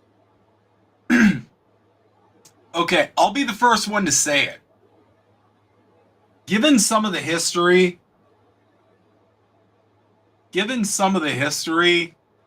around the polio vaccine, and if you know, you know. And YouTube, I don't give a shit. Label us. Label it with the weird COVID thing, even though we're not even mentioning COVID. Okay? Go fucking nuts. We are. We kind of are. We're already demonetized anyway. We're already here. Do your worst. That's why I don't give a fuck. I don't give a fuck anymore. We're already sluts. Yeah, it doesn't matter. Eat shit. I'm not making money from this anyway. Eat shit. If you want to, if you want to donate to it, go to Kick or something or Rumble. I don't even care about making money anyway. The point is I know. The point is the cause. Okay, so given the history that we covered on Politically Homeless here, we did look into this before with the whole Gaza polio vaccine sort of thing. Given the history, I am pretty skeptical that they just happened to say there's a polio outbreak and they just happened to stop the ceasefire to go in and deploy these. I'm sorry. If you fuck up that vaccine, what that specific vaccine does is it will give you fucking polio. There are documented cases of this. Go look up the Qatar incident, for example. That's why I don't buy it either. The healthcare system's completely devastated. There's one hospital left. And there's a little bit more here. We talked last week about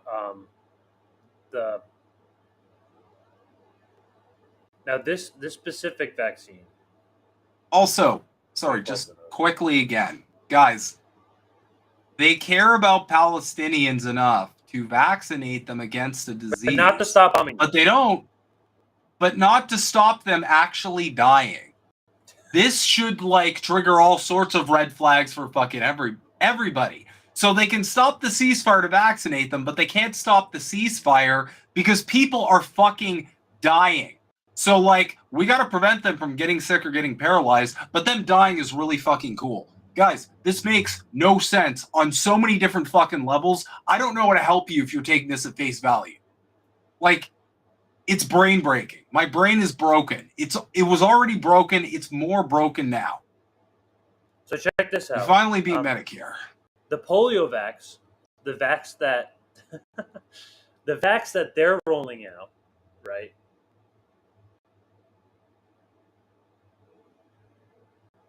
Rolled out by the WHO. Hold on 1 second.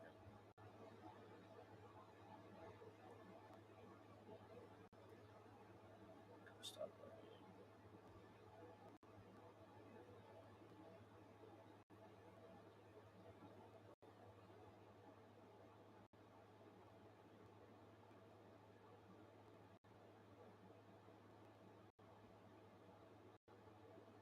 Now, the polio vax rolled out by the WHO, UNICEF,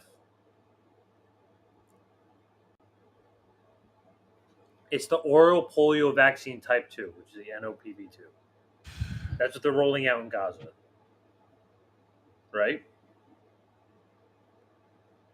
Mm-hmm. So in 2023,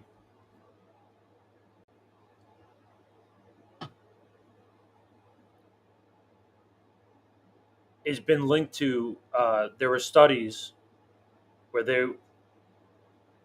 it was linked to paralysis. This specific type of vaccine.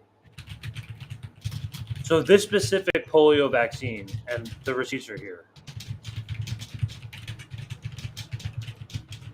Jesus fuck. The viruses were isolated from, because this is a type of vaccine that they're using in order to, it's like a it's a virus that within the vaccine, like a dead polio virus.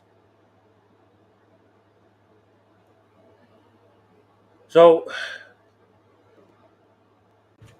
yeah, if you can't smell the bullshit, I mean, we definitely do. It's all there. We talked last week about how Israel is using this as a bioweapon. The people of Palestine have now been under a barrage of attacks for over 300 days. The people in Gaza are facing starvation, dehydration, and now the spread of rare diseases due to Israel's humanitarian aid blockade and the deliberate targeting of civilian infrastructure such as water treatment facilities. Oh, we covered Recently, this before. A soldier This is a from good the video. IDF's 601st Combat Engineering Battalion posted a video on his Instagram account showing his explosives unit blowing up the Tal Sultan water facility in Rahaf. The destruction of the Tal Sultan water reservoir Now listen to this. Florey, Ernst Chain, and their colleagues in the 1940s at the department making penicillin and demonstrating its efficacy in fighting bacterial infections. They used bedpans as enormous flasks to culture the Penicillium notatum mold. When I was a PhD student in the department, I used to gaze on the simple, beige vessels and sense the gravity of the research being carried out by my colleagues. While I was, admittedly, a bit of a dilettante by comparison, I spent my days surrounded by scientists committed to one of the highest human callings, the prevention and treatment of disease. Perhaps no achievement in human history shows our promise than the global eradication of the smallpox virus in the 1980s. For years, the polio virus was the target of a similar eradication campaign that was slowly closing in on success. Now, Israel threatens to undo much of this work through its terrorization of the Palestinian people. Poliomyelitis has been detected in sewage samples in Gaza, and Gaza's Ministry of Health has declared a polio epidemic. Highly infectious, the usual transmission pathway is a fecal-oral route, but the disease can spread through a common vehicle like the contaminated water that has been widely reported on in Gaza. Once ingested, poliovirus replicates in the intestine, from which the virus can spread to the blood, other tissues such as fat and muscle, and crucially, in rare cases, the central nervous system. In about one of cases, the poliovirus causes death of nerve cells, resulting in either paralysis or death. While there are currently no reports of paralytic polio, the breakdown of Gaza's healthcare system and the sheer number and variety of injuries and diseases occurring make detection difficult. So I want to read this part.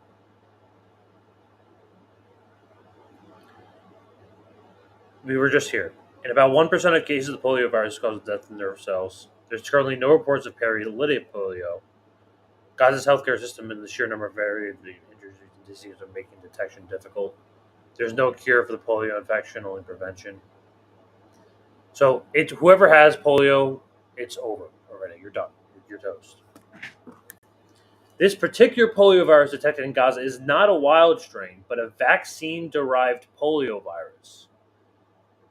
Interesting. When vaccination, it's not a wild strain. Nope. When vaccination is performed using, so we're going to vaccinate them more. The solution to this, and I'm not a doctor, guys. I'm not. But I just have questions. I would like to know. If we have not a wild strain of a virus, but instead of a vaccine-derived virus, why are we using vaccines to solve a vaccine-derived virus? Does that make any sense? No, but this stopped making sense at the crucial juncture where they, like I said before, are like, we need to pause the slaughter of people so they're vaccinated just in case they get sick. Like right out the gates, this is brain dead. So now we're just going into deeper levels of this is brain dead. That's my take. There's something else going on. This is very obviously a ploy by the pharmaceutical industries in cooperation with Israel and UNICEF, because we know UNICEF's bought out by Israel. We know the UN is bought out by Israel. We know that. They might say that they don't like them, but they're not going to pursue any actual action on them. We've seen that already. They sat on their hands. They sat on their hands for 10 months. They have no excuses anymore. The ICJs should be disbanded. I'm saying it right now. You can clip this.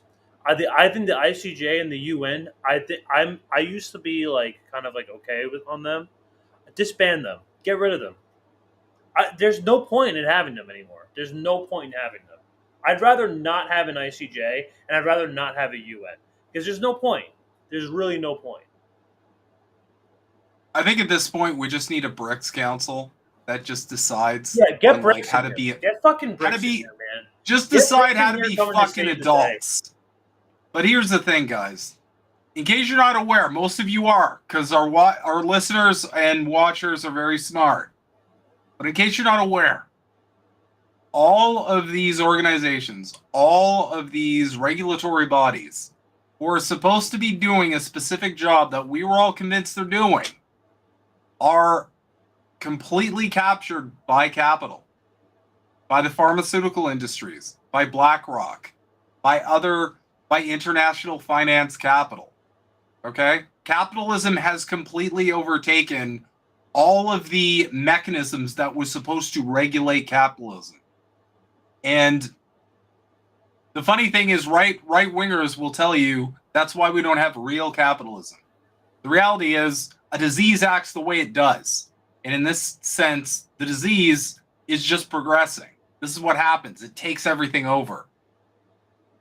There are whole books on this. I don't know what else to say. I legitimately, like, I did a deep dive on this, and like, that's a great catch. I didn't know that. I didn't know the specific polio that's going in Gaza is literally like, yes, from... that's something that even Ben Swanson doesn't talk about. This is a very I would suggest this article. Polio, Israel's dirty bioweapon. This came out on the 15th. But the New Arab, this is a decent outlet for Middle Eastern news. I do suggest. Here's a question. That quote did point out to me. I just wanted to make that clear. This particular polio virus detected in Gaza is not a wild strain. It is not a wild strain, but a vaccine-derived polio virus.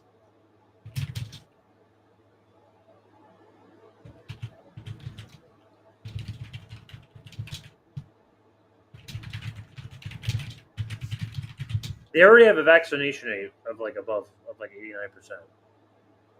They destroyed all of the water wells, so like they basically have no access to water. There's videos of kids today.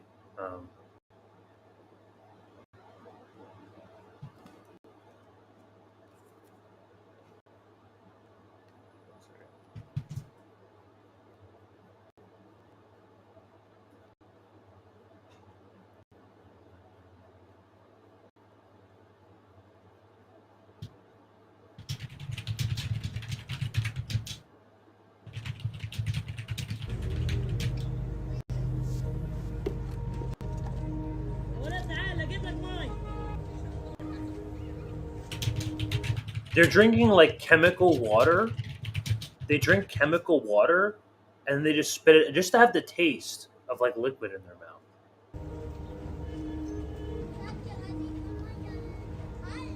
So that's how desperate the situation is over there. The water infrastructure is completely done. It's completely done. I'm just really, really curious, personally. Like, two questions I have. First off, was there already an existing vaccination campaign for polio? Because we know this came from a vaccine now. Or so the article suggests. So Gaza had a vaccination rate of over 95% before October 7th. Right. So where do those come? Where did that polio vaccine come from? Because this came from the polio vaccine. That's UNICEF, which is. But everyone, you didn't get vaxxed for polio. I have no idea. I don't remember. I got vaccinated with all the standard kid vaccine stuff, but yeah. You normally, that's normally part of the regimen. But don't we get the good ones? And then there's like a different strain. You get, so the polio like a great vaccine, value polio vaccine. This is why no one bought the COVID vaccine, because in COVID you had to keep getting it every couple months. Polio, you just get it once and then you're good. So we have to be consistent about what the efficacy of these vaccines are. We can't come out on TV and say, "Oh, just get it. Just get the vax and you'll be fine forever." I got the vax, and guess what? I still fucking got COVID. So that's right there. That's it. Like, you don't need to tell me anymore. It doesn't work. It doesn't fucking work. I'm not suggesting that it doesn't work. Meanwhile, I'm suggesting that it's safe and effective. Here's the thing. It's super safe and effective, that it's actually working so well that I got sick. That's why Here's the it's thing. in a safe, effective vaccine. I like this connection here. Taking this as charitably as possible, I think what we can conclude is you need to treat. First off, it was already kind of weird for a virus that rapidly mutating that they used the language they did to kind of describe it. It's kind of like the flu vaccine. The virus is going to mutate past the vaccine. You're always going to be playing catch up. So it's going to help. It will help. Any immunological response that is triggered for a certain virus is going to help protect you against that virus. Period. Done. But we weren't really told that, and the messaging was kind of scuffed. But if you look up the history of pharmaceutical industries, they have a history of kind of misleading people on what their products do and how good they are at things, and they leave other shit out. So anyway. I like this connection here that they made.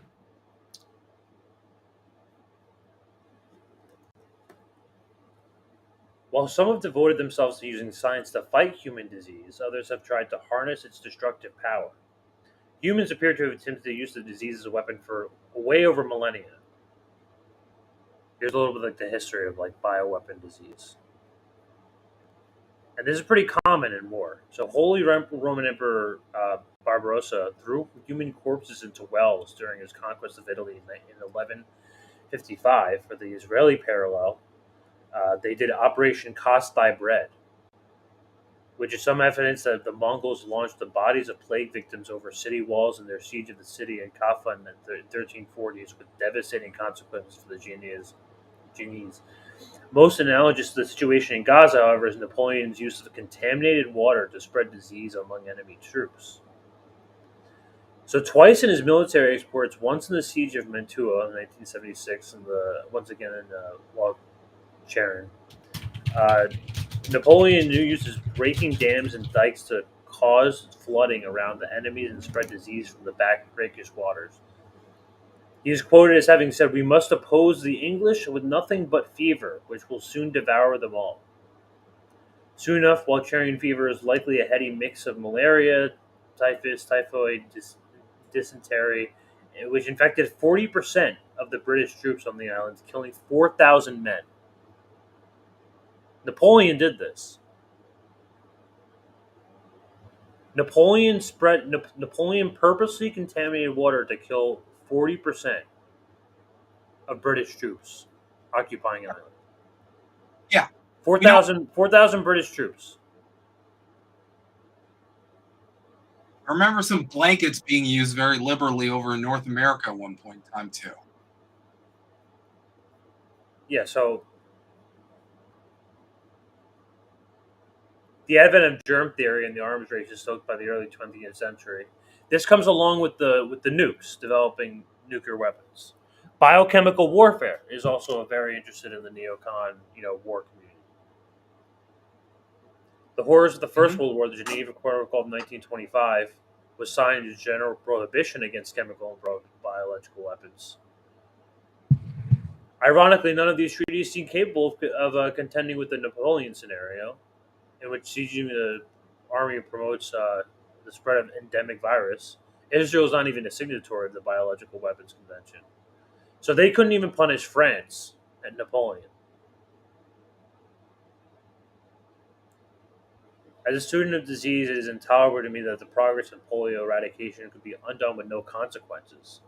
There may be, however, a mechanism in international law for holding Israel to account. The concerted attack on Palestine's water infrastructure would appear to violate several articles in the Association's resolution to protect water resources in the Armed Conflict of 1976. Article 3 prohibits the diversion of waters for military purposes. I'm not going to read that entire quote, but in the meantime, occupying forces announced the launch of a polio vaccination campaign on July 21st. We just read that out.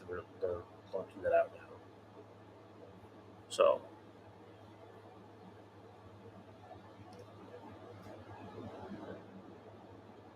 and Himbo's off screen. There's your dirty bioweapon tricks, folks. And it's only getting worse. Of course, it's only getting worse. There's no consequences ever. That's what I'm saying. We should just disband the UN. Just disband. Get rid of it. Why do we have it? Like I'm tired. Like even Hamas came out like that, and you know, the Hamas official statement. Hamas is saying the criminal Netanyahu's talk about designating specific areas among the Gaza Strip to allow for polio vaccinations is not an agreement to a humanitarian truce requested by the United Nations or international organizations. Instead, it's a new manipulation and a blatant deceit aimed at continuing the genocide and systematic killing of our people, furthering the slow of Gaza's children. Oh shit! Hamas doesn't buy it. Hamas doesn't buy it. They know. Hamas isn't buying it. We don't buy it. Oh shit! The suspicious method that Netanyahu and his government are trying to impose to thwart the United Nations initiative and deprive hundreds of children of the polio vaccine. The comprehensive humanitarian truce, so that vaccination can be carried out, according to the UN's call, rather than selecting specific areas chosen by the fascist occupation governments at its discretion to continue committing its brutal crimes against it. So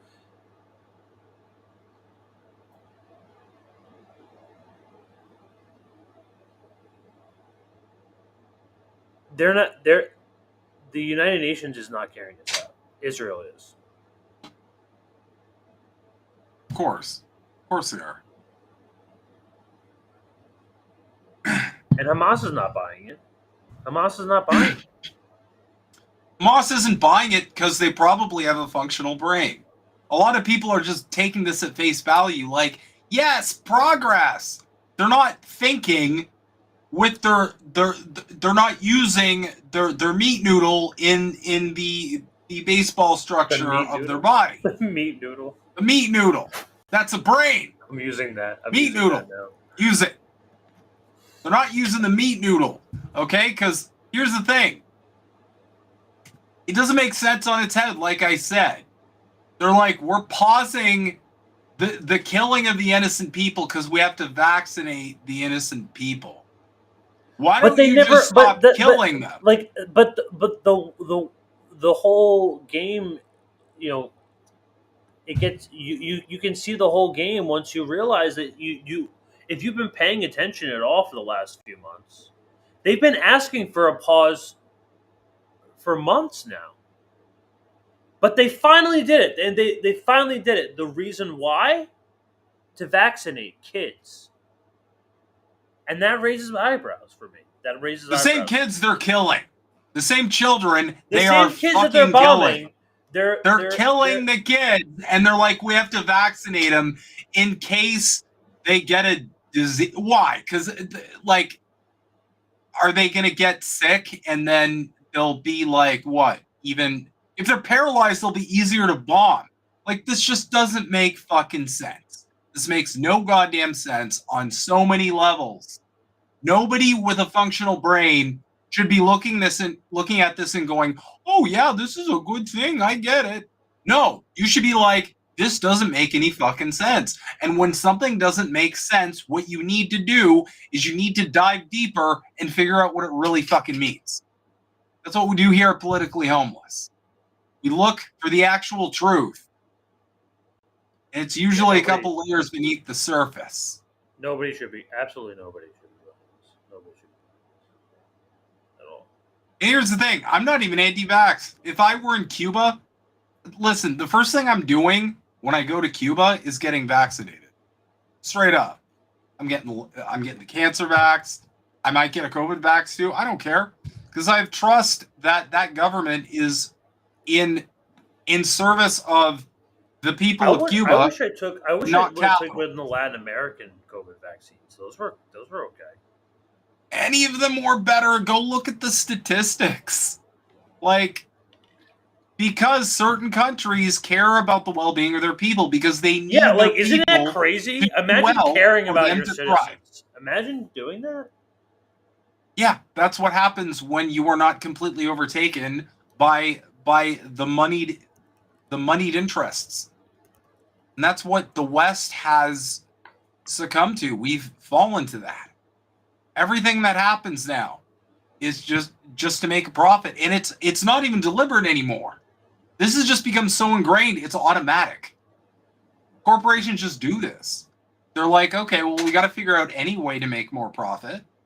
Let's do this thing. Yeah, it's going to be horrible, but this is how we got to live. This is like our business has to, we need numbers to go up. And, from a psychological perspective, you're being trained as well to depend on this because these are all dopamine hits, especially seeing numbers go up. Play any MMORPG. It works. It's very addictive, seeing the numbers. Frost shock, 800 damage. But yeah. So let's roll into our last segment here. What is the last segment?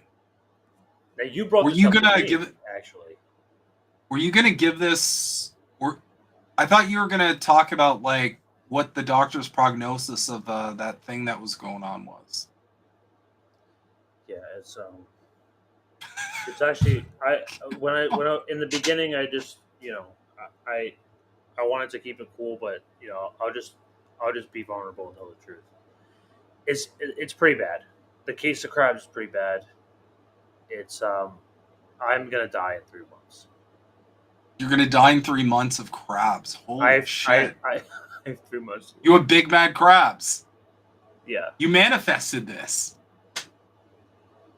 I thought about changing the name for like so long. I was like a year ago. I was like, do I really want to be known as like the crab guy? And like now it's too late. Now it's way too late. And people tell me, I'm like, I want to kind of like change it to this, and they're like, no, you're crab. It's too late now. You're crab. You are kind of crab.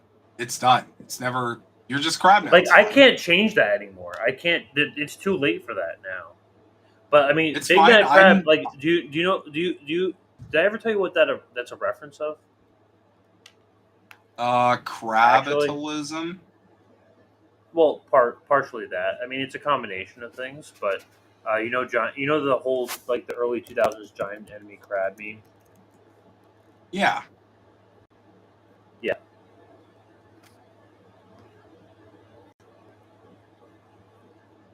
This was like kind of the original. Which is being developed by Game Republic, a company which is run by the legendary creator Yoshiki Okamoto. And here to demonstrate the game for us is Bill Rich, the executive producer of Genji 2.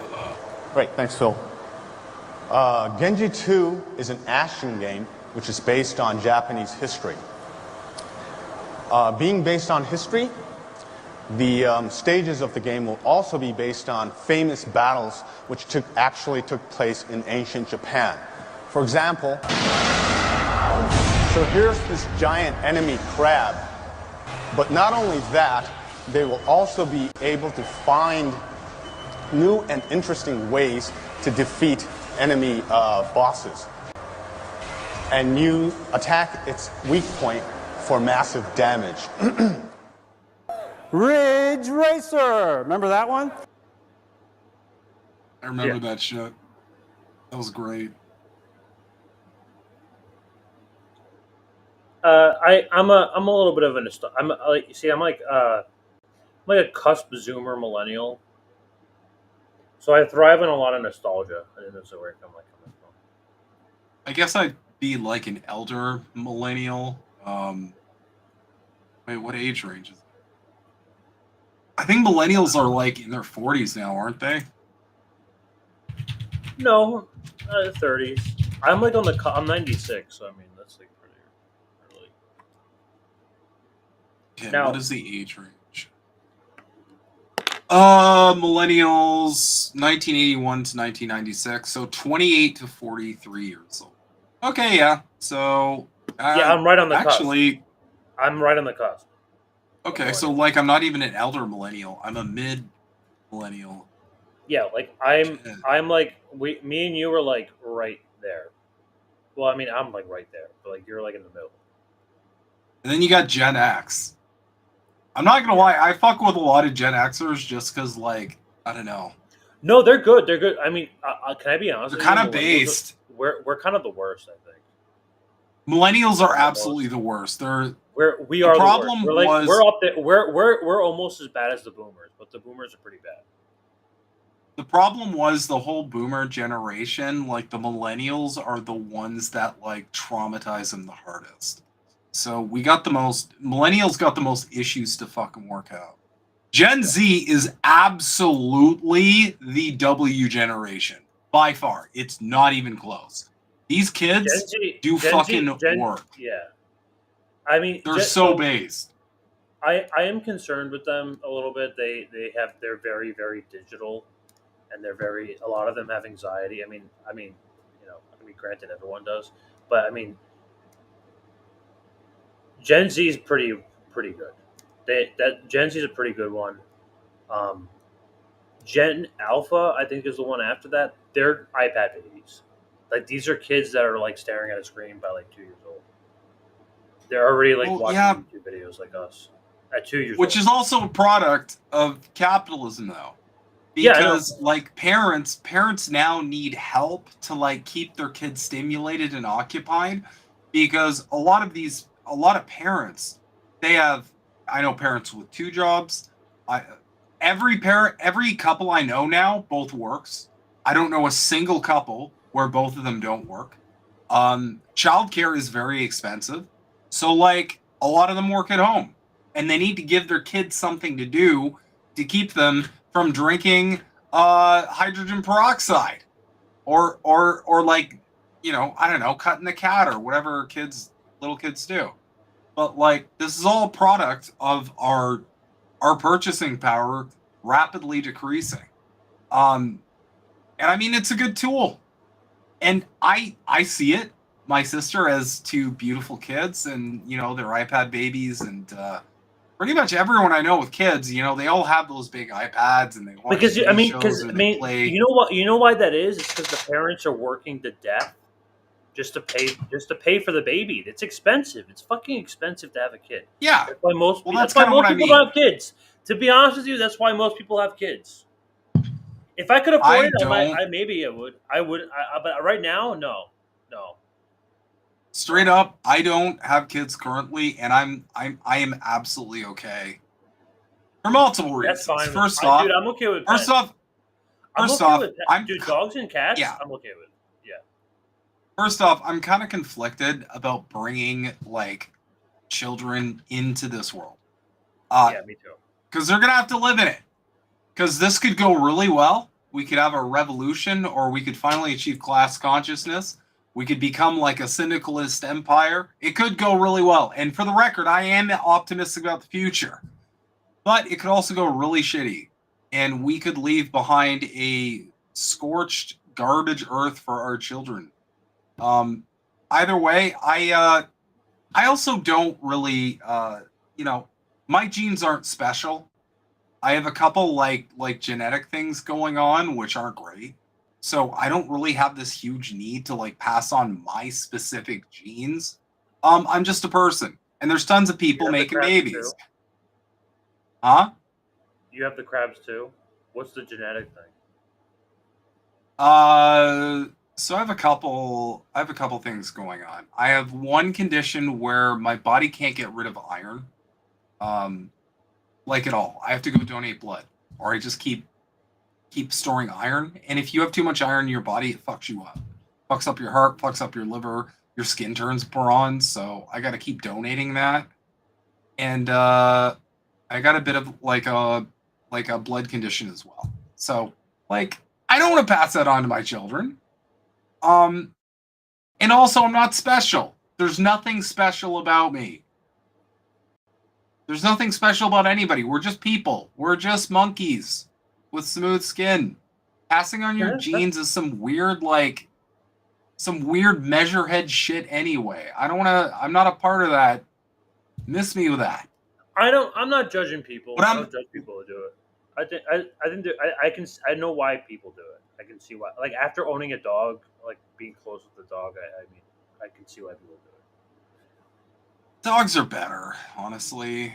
A dog's never gonna grow up. They're less annoying to deal with, but Here's the thing. You're never going to have to bail your dog out of jail. Your dog's never going to steal your vodka. I mean, that's after no. 18. You don't have to worry about that after.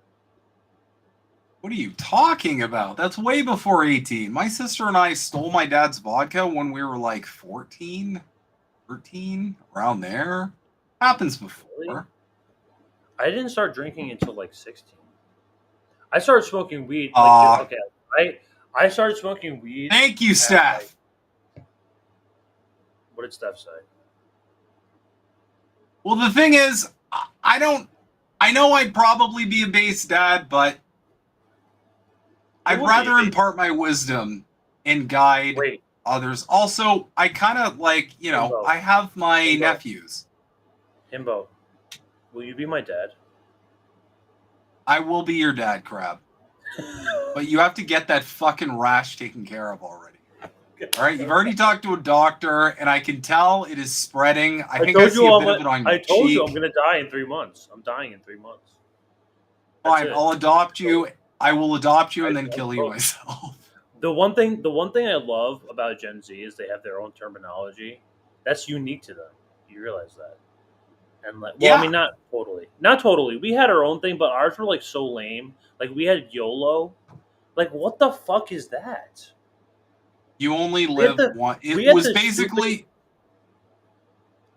an excuse to like just Leroy Jenkins.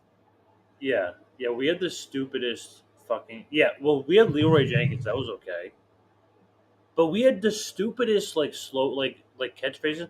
Like Gen Z has we're cooked, and I love that. I love saying that. I love saying. No, I've adopted all their phrases just because they're way better. They're more efficient. No, it's awesome. It's awesome. I love saying cooked. I love saying that. Although I will clarify, we came up with based. That wasn't Gen Z. Gen Z popularized it. We came up with based. I will own that one. But I remember 4chan culture. 4chan culture came up with based. Yeah, the base god. Let me. I don't want to spoil this, but I do want to get into the next segment before we close out. Let's go. But we're diving now. We're going to be diving deep into Trump, JD Vance, Silicon Valley. We're seeing a lot of advances. We're seeing Trump being very flirty with the tech community. I mean, especially with JD Vance and his connections with Palantir, the Israeli AI targeting company.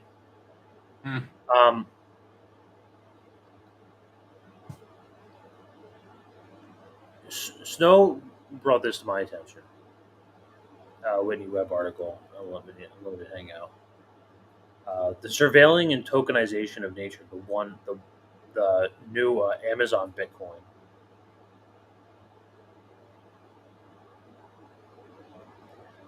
Borgified with a large-scale network in order to create a new form of digital gold.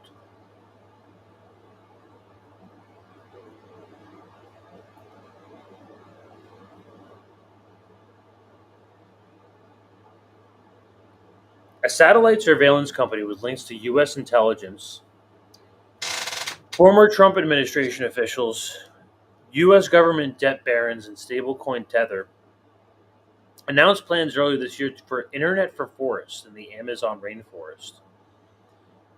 The satellite company called Satellogic plans to join an initiative to rig up one of the world's oldest and most important rainforests in the world with sensors of machine intelligence infrastructure, led by a group by Amazon. In turn, seeks to turn the Amazon rainforest. So Amazon in the Amazon rainforest. That's what's happening right now. Into a digital asset security to be chopped up, tokenized, and sold off to investors in the world as a novel form of digital credit. And one Amazon's partners to endeavors such as ACOM also have important ties to U.S. intelligence. One Amazon is chaired by Peter Nez. Maybe this is okay. This is not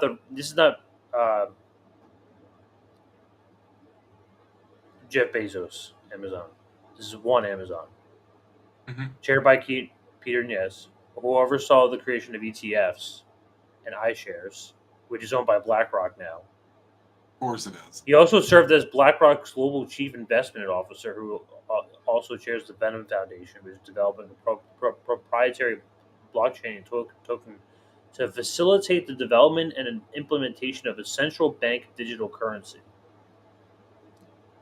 Given that one describes its rainforest tokenization initiative as a crypto with purpose, and that it also shared by Nez, it is likely that Amazon-focused initiative may involve Venom in some capacity. Given Satellite Logic's ties to past efforts to impose Bitcoin blockchain-powered carbon market on planet America, it is also possible that Bitcoin or other prominent blockchain will be used, especially considering one's involvement of Jalak Jubin Putra, a major investor of the digital currency space, and particularly one of the Bitcoin-related companies. So,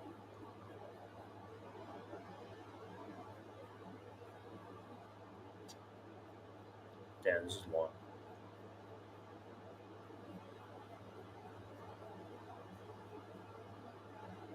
Okay, we don't have to read that part. Larry Fink's in this. We got the whole game, folks. Mm-hmm. Whitney Webb always lays it out. She lays it out with everything. Yeah, if you guys really want like a dedicated analysis of what the bourgeoisie are planning, Whitney Webb always has receipts. Go follow her work. Go check out Unlimited Hangout. Follow her on the Bird app. She's got this shit. She's got her finger on the pulse for what they have in store for you. When I talk about, for example, when I talk about how all this like immigration border fear mongering is going to lead to a digital ID, that was something she floated out. Because it makes sense. Okay, why would these people lose their minds endlessly over the border and tie different issues all to the border crisis if they don't have some initiative they're angling towards? Because think about it. After the border wall thing is dealt with, what then? You gotta have something to pivot to. Unless it's for another purpose altogether. For years, titans of Wall Street like BlackRock have helped saddle South American countries with unprecedented debt levels, robbing them of economic sovereignty like the IMF and World Bank, which they do all over the world, including Europe and World War II. Mm-hmm. The goal of conservation of the Amazon. Let's watch this video.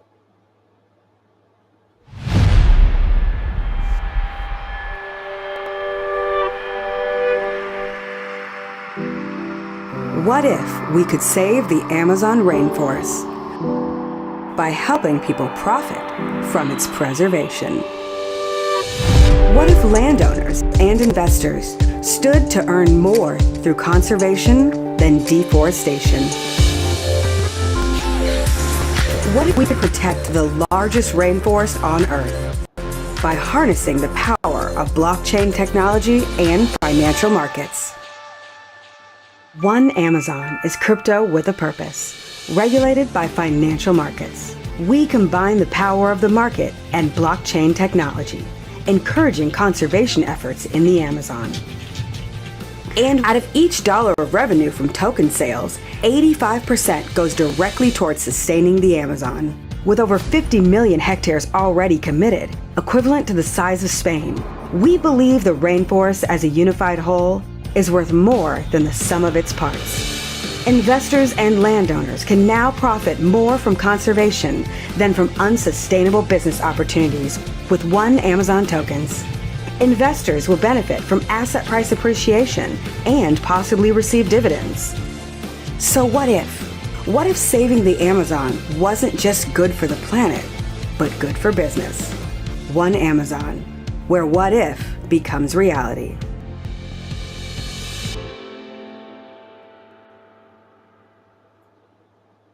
So this is their big plan. Their efforts to champion ecosystem preservation, indigenous well at being acted predatorily with indigenous Amazonian tribes. It's actually quite opposite of helping the environment. They claim to build the world's first Internet of Forest in partnership with the MIT Media Lab,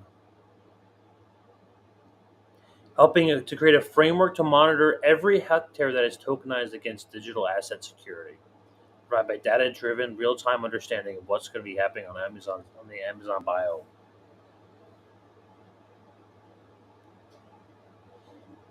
They are all connecting a digital asset currency in order to surveil the entire Amazon rainforest.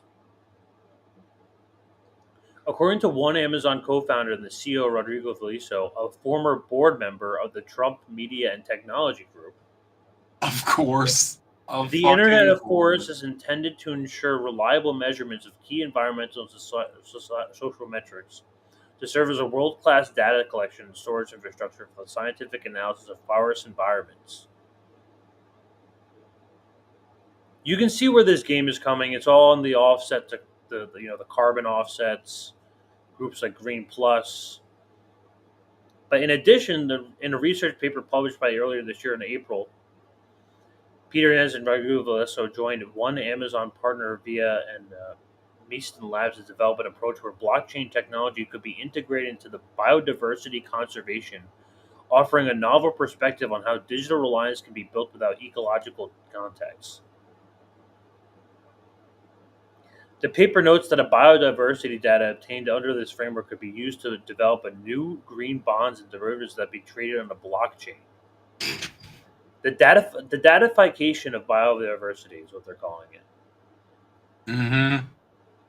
And yes, you should be very suspicious of this, because like all of these large capitalist projects, they say it's for this thing, but they really mean this thing over here. Always. The paper fails to establish how these innovations will actually promote and protect biodiversity. The paper merely says that in its conclusion that the results of leveraging biodiversity will hopefully help in biodiversity preservation via sustainable digital technology investments. It seems likely that these technology investments allude to an expansion of a sensor network in the Internet of Forests. The aforementioned use of the swarm intelligence drones to manage biodiversity. Here's another connection. So, Meiston Labs, it's co-authored with the paper, one of Amazon's co-founders, is deeply tied to the Peter Thiel and DARPA-linked social media network Facebook. There it is. And its efforts to make its digital currency. By September 2021, by 4 former members of the Meta Facebook stablecoin project Libra, also known as Deem Navi Financial, Yvonne Cheng, the co-founder and CEO, was previously head of the research development of Novi Financial, another co-founder of the Meiston Labs. The connections are all here, guys.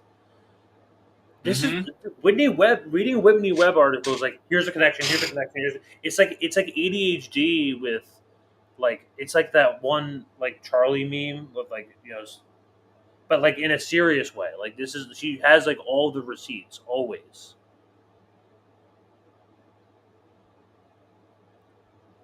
Yeah, like all this is connected anyway.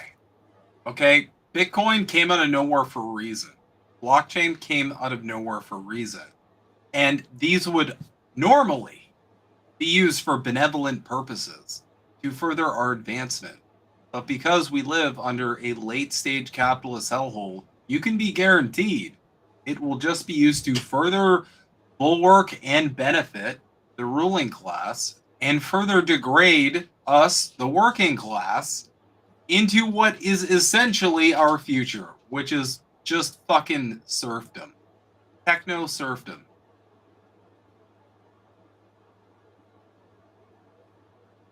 Ciénaga ESG Master Plan. Within the framework of the Black Line Preservation Area, the proposal entails the establishment of a forest that articulates the seaport and serves as a hub for net zero infrastructure projects. Where'd it go? Colombia is strategically positioned on the globe, presenting significant strategic potential in terms of maritime connections. This is so funny. There it is. Right there. Line Preservation Area. The proposal entails the establishment of a forest that articulates the seaport and serves as a hub for net zero. Colombia is strategically positioned on the This is a previous project. has direct access to a national railway system as the North Caribbean coast of Colombia Natural and Sierra Nevada de Santa Marta. It is part of the Línea Negra Preservation Decree, directed by the Santa Marta Territorial Ordering But these people are like where all the lithium is, all where it's Latin America. TOT.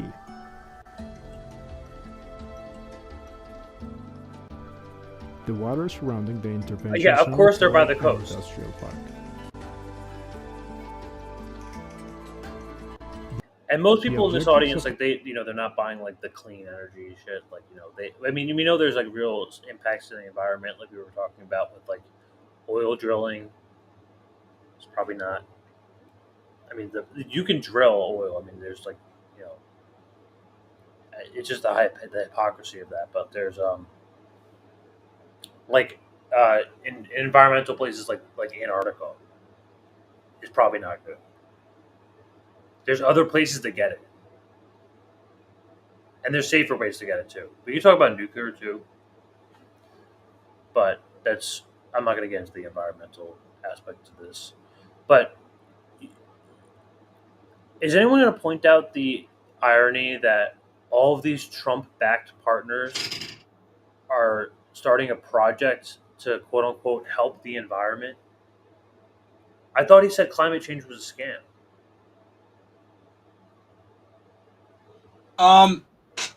Yeah. No? Not, I don't know what to say to people at this point. Donald Trump has no positions. He's the perfect tool. Everybody talks about Kamala Harris being the perfect tool. Donald Trump is the perfect tool for the ruling class. They operate in different ways. Yeah, they have very specific roles. Yeah, here's why. He's very charismatic. He can riff for hours and make lying sound effortless. He's the best liar I've ever seen in my life, next to Obama. Obama's number one. He might be number two. And he'll do anything for applause. Absolutely anything. He's a narcissist. He feeds off the energy of people validating him. He's the perfect tool for psychopaths. So he doesn't have any actual convictions. He'll do whatever. If he were told tomorrow that all of the most powerful and incredible people in the world would think he's a god if he embraced Marxism-Leninism, then he would be a comrade overnight. Like he really is a blank canvas if you know how to play him properly. So, like, of course this is a contradiction, but if you look at Trump's policies and what he says and what he does, there's a million contradictions to be had. That's with every narcissist, because they can't be consistent, because they will always morph and adapt everything about them to meet whatever is going to give them the most control and the most validation. So, it's pretty simple psychologically. But yes, it is a massive contradiction. And again, anything coming from the top down, claiming to be doing something for an altruistic reason, I'm not saying it isn't. I'm saying look further into it and confirm. Because there's a reason why the road to hell is paved with good intentions is a phrase. Came from somewhere. So, I just want to point out all the Trump connections here. Another partner of Walz Amazon Satellite Electric was Howard Lutnick. Trump connections are fucking hilarious. For combined with Lutnick have recently named co-chair of Donald Trump's transition team, who will help choose Trump's cabinet and other executive appointments of Trump's 2024. He's also Satellite Sport is also chaired by Steve Mnuchin. We all love that guy, who helped implement BlackRock's Going Direct plan for the COVID-19 crisis. The swamp is all here, guys. The swamp is all here.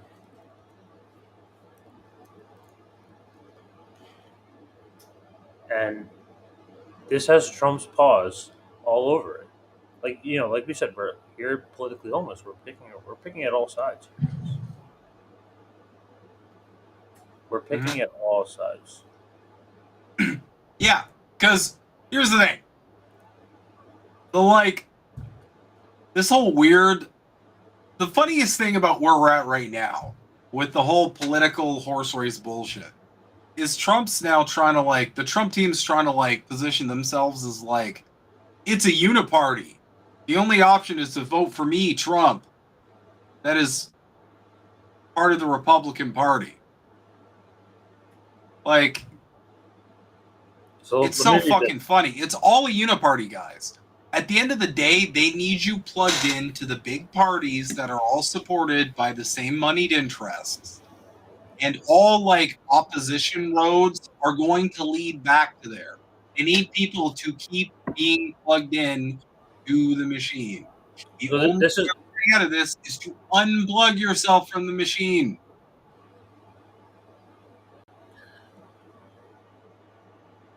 I want to point this out. VIA is a major developer of smart city technology. I just want to wait, and I want to see all of the Trumpers start backing digital currency and surveillance and backing this wild project of making a Amazon forest into a smart city. So VIA is a major developer of smart city technology and the pioneering the creep of those in the major pioneer of 5G technology. They have a deep relationship with the U.S. military contractor called Qualcomm, which is the driving force behind the development, launch, and expansion of 5G. VIA is a part of the Qualcomm's Rural Cloud Initiative, which uses 5G connectivity to digitally transform rural areas of agriculture through developing the AI-powered farm grid solution.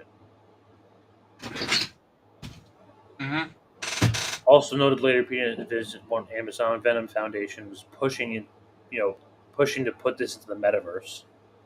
Ascendo is backed by U.S. military's DARPA and Peter Thiel, who co-founded deeply CIA-linked. This is what I was talking about before. Data mining firm Palantir, which Thiel is intimately connected to, now being Trump's vice presidential pick, playing a significant role in Trump's transition team during his first term, in addition to being a major donor to Trump in the 2016 election.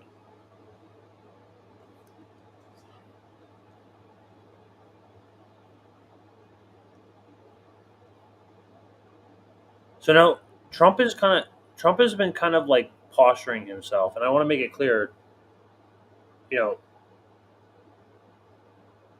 Trump is kind of posturing himself as the crypto president, the pro crypto president, and I get it, kind of people kind of I know the libertarians kind of go behind this, but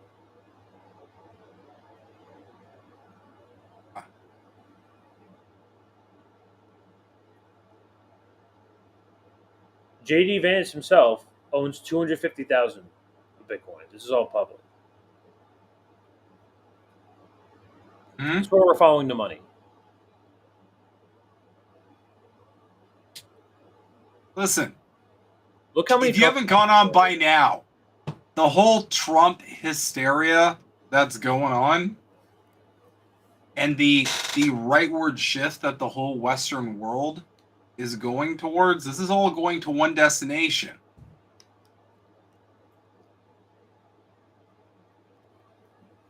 Doesn't matter what team you support. They want the same thing at the end. Okay? They want a full dystopia where the ruling class can extract the maximum amount of labor from you while completely minimizing the amount of money they want to pay you for that labor. And they want more than anything right now. This billionaire, the CEO of one Amazon, the CEO of the company that wants to turn the Amazon rainforest into a surveilled smart city in order to create digital, their own digital Bitcoin. Rodrigo Veliso. He played a role in the Trump Media Technology Group and the parent company of Truth Social in 2021. So, he was also a digital board member, and Veliso was on President pre-merger call with Trump. So there's all these like Silicon Valley connections. We also saw, you know how Mark Zuckerberg today or yesterday he dropped his he got caught. He basically like apologized for censoring people over COVID. Mm-hmm.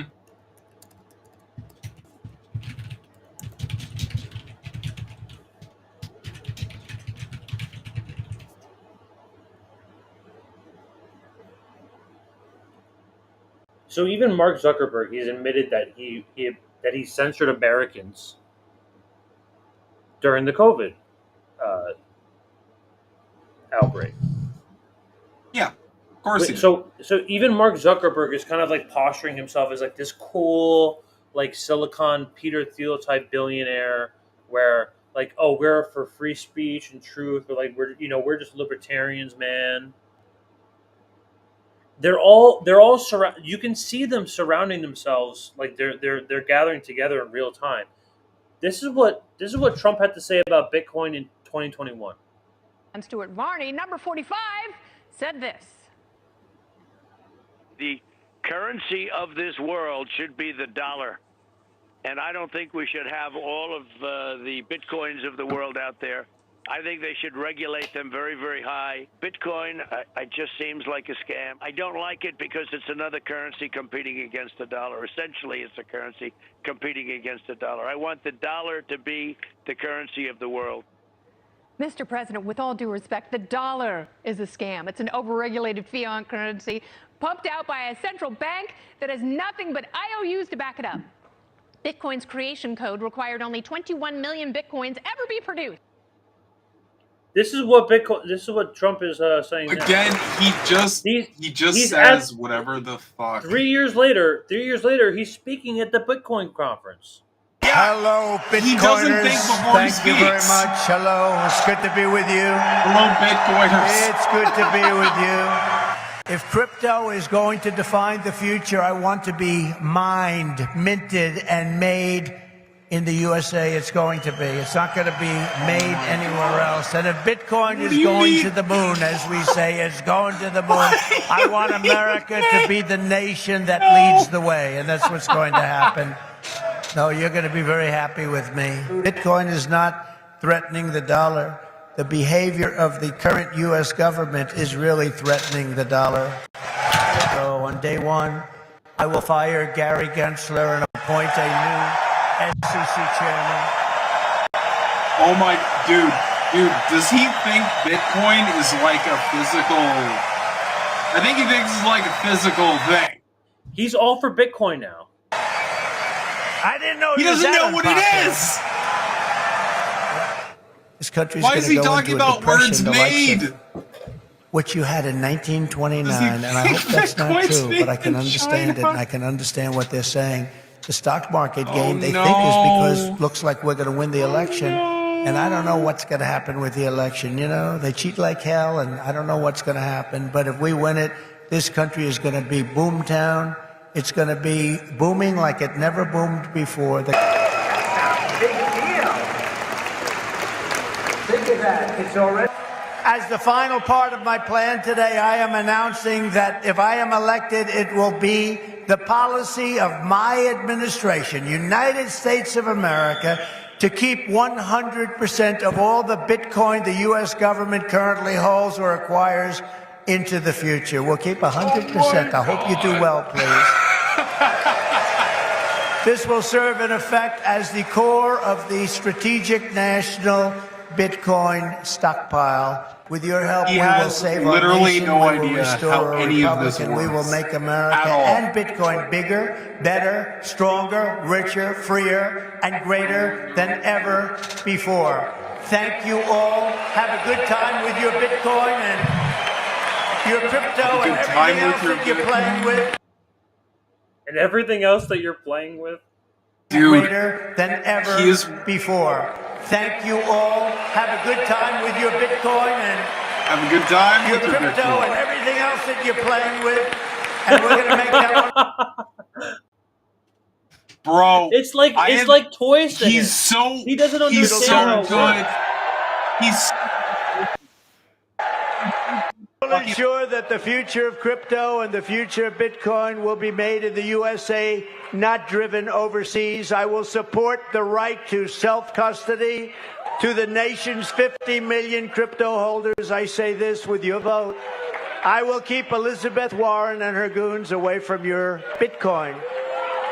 And I will never allow the creation of a central bank digital The way he currency. says it, the inflection, you can tell he doesn't know what it is. Will ensure This is that so the future good. of crypto and the future of Bitcoin. But we understand that like this is that cryptocurrency is the Trojan horse. This is how you get your like he says now that he's against CBDCs. But he's also, in the same breath, talking about a government-mandated digital asset currency, not using it cash, that will surveil every transaction that you have. I mean, Bitcoin. We'll get into it, but Bitcoin's already not, safe as it is. But now they have all the libertarians on board. They have all the tech people on board, and it's all because they present it in this nice little bow of, oh, it's Bitcoin, it's safe, it's a peer-to-peer transaction, it's completely covered by blockchain. If a government wanted to find out, they couldn't. They can. And this is how you get introduced into more, like that article says, more surveillance, more digital asset currency, more CBDCs, and watch, we have a lot of Trumpers who claim to be against the WHO and what's it called, the WEF, and Larry Fink and smart cities and this carbon shit and CBDCs. When Trump is president, they're going to be cheering for it. They're going to love it. Yes, of course. Yes, Trump. The first thing when Trump comes, Trump is going to create a government, like a U.S. Bitcoin CBDC, and then the Trumpers will cheer. They'll clap for it. They won't understand anything, any of the consequences. And I do want to share this Edward Snowden video. Did you want to say something? I'm going to play this one Edward Snowden video to wrap it up. I just, here's the thing. Trump's there to get, because his base. We've all seen them, how unhinged they get whenever, over the last little while. Full-blown meltdowns. If anybody so much as says, I'm not going, look what happened to Rittenhouse, look what happened to Pim Tool, all the rest. The second they're like, I'm not voting for Trump, you saw the lockstep meltdowns. He can get these fuckers on board with anything. Anything at all. He said, no, Trump said famously, he could shoot someone in the middle of Fifth Avenue and then people will still vote for him. That's true. Yeah. That's true. Yeah. That's accurate. So that's his purpose. That's why he's effective, and that's why the deep state is not out to get him, guys. Well, that's why he's also. He knows his role. I mean, I just don't think I don't think he cares as much anymore because he knows how much it's That's why I don't know what your predictions are for this election, but it is what it is. I don't really give a shit. It's the same either way. I will go on record in saying we're gonna get it's gonna be Trump coin. Yeah, Trump coin, MAGA coin. It'll be something like that, and it'll be something fucking stupid. But I'm gonna go on record.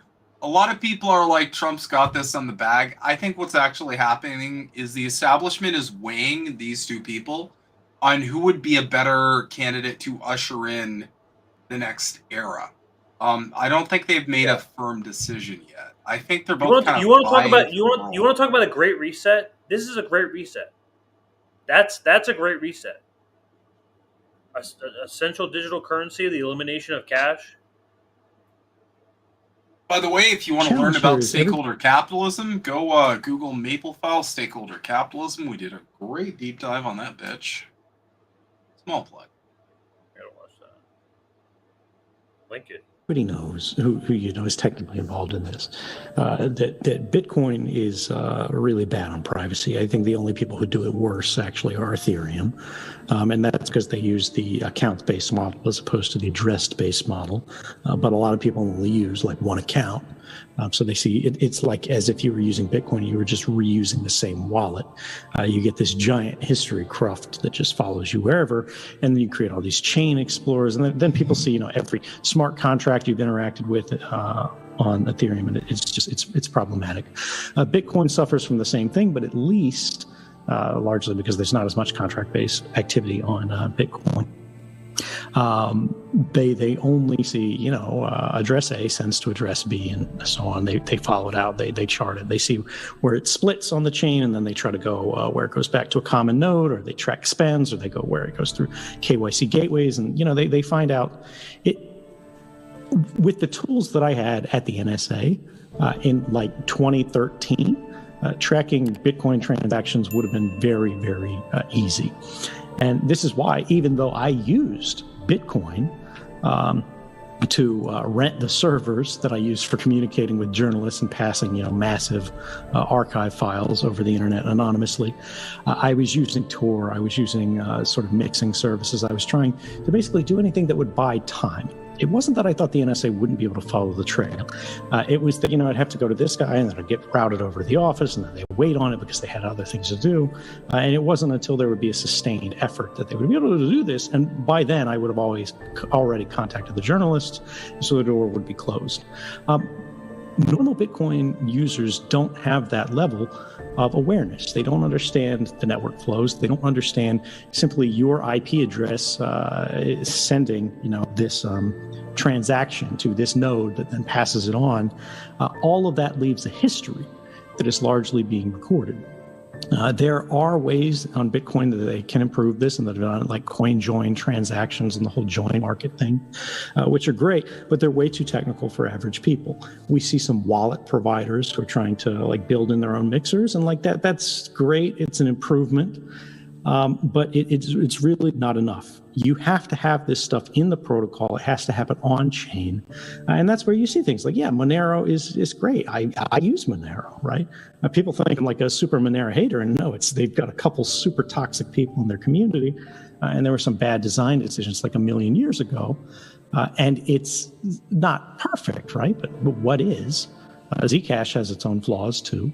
And then Zcash, it's also great, but, for a lot of people, they're not using the shielded transactions, or at least they weren't using the shielded transactions. Now it's getting easier. They've got mobile clients that will you'll do a transparent transaction, and then it'll roll you over to a shielded transaction automatically. And these things are great. This is what we need, though. We need people to be able to transact on chain at any time and effortlessly without their awareness, the same way that when you connect to, Gmail through a web browser, it's using HTTPS. You should have levels of privacy protection baked into the protocol. And this prevents the kind of tomfoolery that we see the U.S. government beginning to engage in with things like OFAC and Tornado Cash. And my reflex here is that everybody gets excited about sort of speed and scalability. And what is so remarkable about how Bitcoin succeeded in the way, the reason that it changed the world is because that wasn't really the focus. It was a factor, it was an interest, but they went, let's make this work. Let's make it powerful. Let's make it unstoppable. And then we can worry about sort of the scaling and speed and everything else later. Now, Satoshi wasn't trying to attract VC capital, right?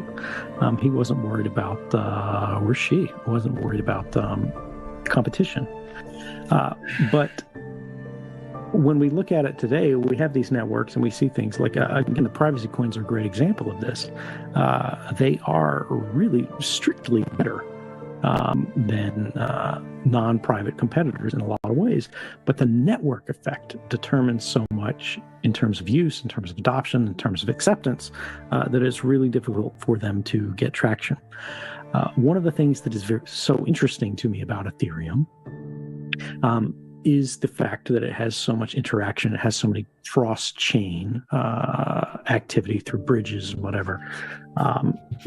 Bitcoin, we really don't have very much with that, except as the kludges to sort of enable everything else, because it wasn't really supported at the protocol layer. We see more interest in it, but I think the idea that we need to accept, and unfortunately, Ethereum is really calling this into jeopardy with this whole OFAC thing, because it shows the flaw of going, well, let's focus on speed, scalability, efficiency, and let's put sort of decentralization to the wayside. We need movement between chains, right? There's like the Bitcoin maximalist mindset where it's like one coin to rule them all. And we're going to end up there if the other chains, frankly, don't get their shit together, like with Ethereum. But that's not the world we want. We want people to be able to choose the properties that are most efficient and interesting and valuable to them. Maybe you store your savings in a coin that's a strictly good store of value, right? And I'm talking about like Tether or stable coins. I think the centralized stable coins are crap. I'm very interested in like the MakerDAO DAI thing, not the Maker token, but the DAI part of it. It's phenomenal. The fact that it still works is remarkable. The fact that it still holds its peg is remarkable, just through some over-collateralized algorithm schemes. But then when you want to sort of make it more private, you move it through, whether it's a Tornado Cash like thing that's on chain, great if that's supported there. But imagine it's able to freely move to another chain. We see something now like the Ren bridge that allows you to move from Ethereum into like RenZec, and then you've got your Zcash there. And then maybe later on you move back into Bitcoin because you want to spend there or speculate or whatever. You just trust this one more to hold its value. Or there's some feature of the chain there that's interesting to you. And then you move it somewhere else. There should be a portability here that's not costing you like 2% on every transaction where, you know, we have all these DeFi people that are just trying to extract rents from the ecosystem. But we want people to be able to answer that trilemma for themselves. Right now, very few people are qualified to do that because they don't understand the implications of moving between these chains. They don't understand the values and the properties between it. They just see a stupid dog avatar on a coin that comes out of Elon Musk's account, and then they're like, yeah, write me down for that one. And that's a problem. But as the space matures, as these sort of networks become more sophisticated, people should be trusted to make their own decisions on these kind of things. And we should enable that. There should be coins that are better in certain parts of this trilemma than others. And that's okay, right? Maybe we have a transactional layer where it's super fast and it's got great scale, but it's got terrible properties for everything else. It's super centralized. But it doesn't really matter because you never keep anything on that chain. You only basically rinse through it to spend. It could happen transparently. Nobody's even aware it's there. But the infrastructure has to exist. People have to build it. Like there has to be space. And that's where we still see the great immaturity of the space. Everything is an experiment. And the people who are doing really well with precisely this kind of thing, like the Ethereum guys, I really like, again, that they've done this proof of stake thing, but it's incomplete. We don't have the end. Now we're being confronted with the problems of it, and they really need an answer for this. And right now, there's been no response to the OFAC compliance disease that's, you know, eating into their blocks, and we needed a solution to that.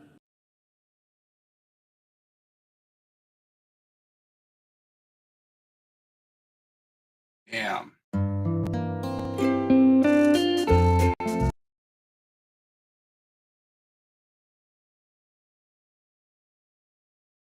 Oh shit, I can't hear you. Oh shit, okay. There you go. I had no idea I was on mute. Anyway, that's a good video. Anyway. You know, the whole Bitcoin scam, that's the Trojan horse. Of course, that's where they're getting in it. That's, you know, get ready for the that's coming very soon. They've already established the Fed coin that they have. Mm. Oh, by the way, everybody, we got a politically homeless YouTube channel now, just in case. You know, So the network gets it's nuked. not going to let us stream. It's not going to let us stream for like another week because I don't know. YouTube's dumb and it doesn't let you stream for like. But we'll let that go. And you know, I'm consistently posting in the Telegram.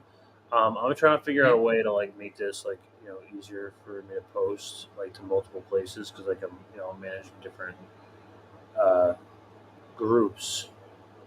But if you I know we only have the time to really do this once a week because I work full time, Himbo works full time, so this is like mostly like a hobby for us. But just to coincide with some of the work that I do, I have my own Telegram channel, and you could follow it here. Just post it in the chat. And it should be in the description as well. And that's where you can get all your breaking news as it happens. I've been posting videos and news forwarding shit from all the channels I follow. So and there's also a discussion group in there where we also talk shit and can inspire. So join the Telegram. I know their CEO is in jail right now, so support the company. Support the company by joining Telegram and following the Telegram. Of course, follow everyone on the network as well. We have I believe it's inn.network, right? Here's the link tree. Is that correct? Yes, it is. There we go. Follow inn.network.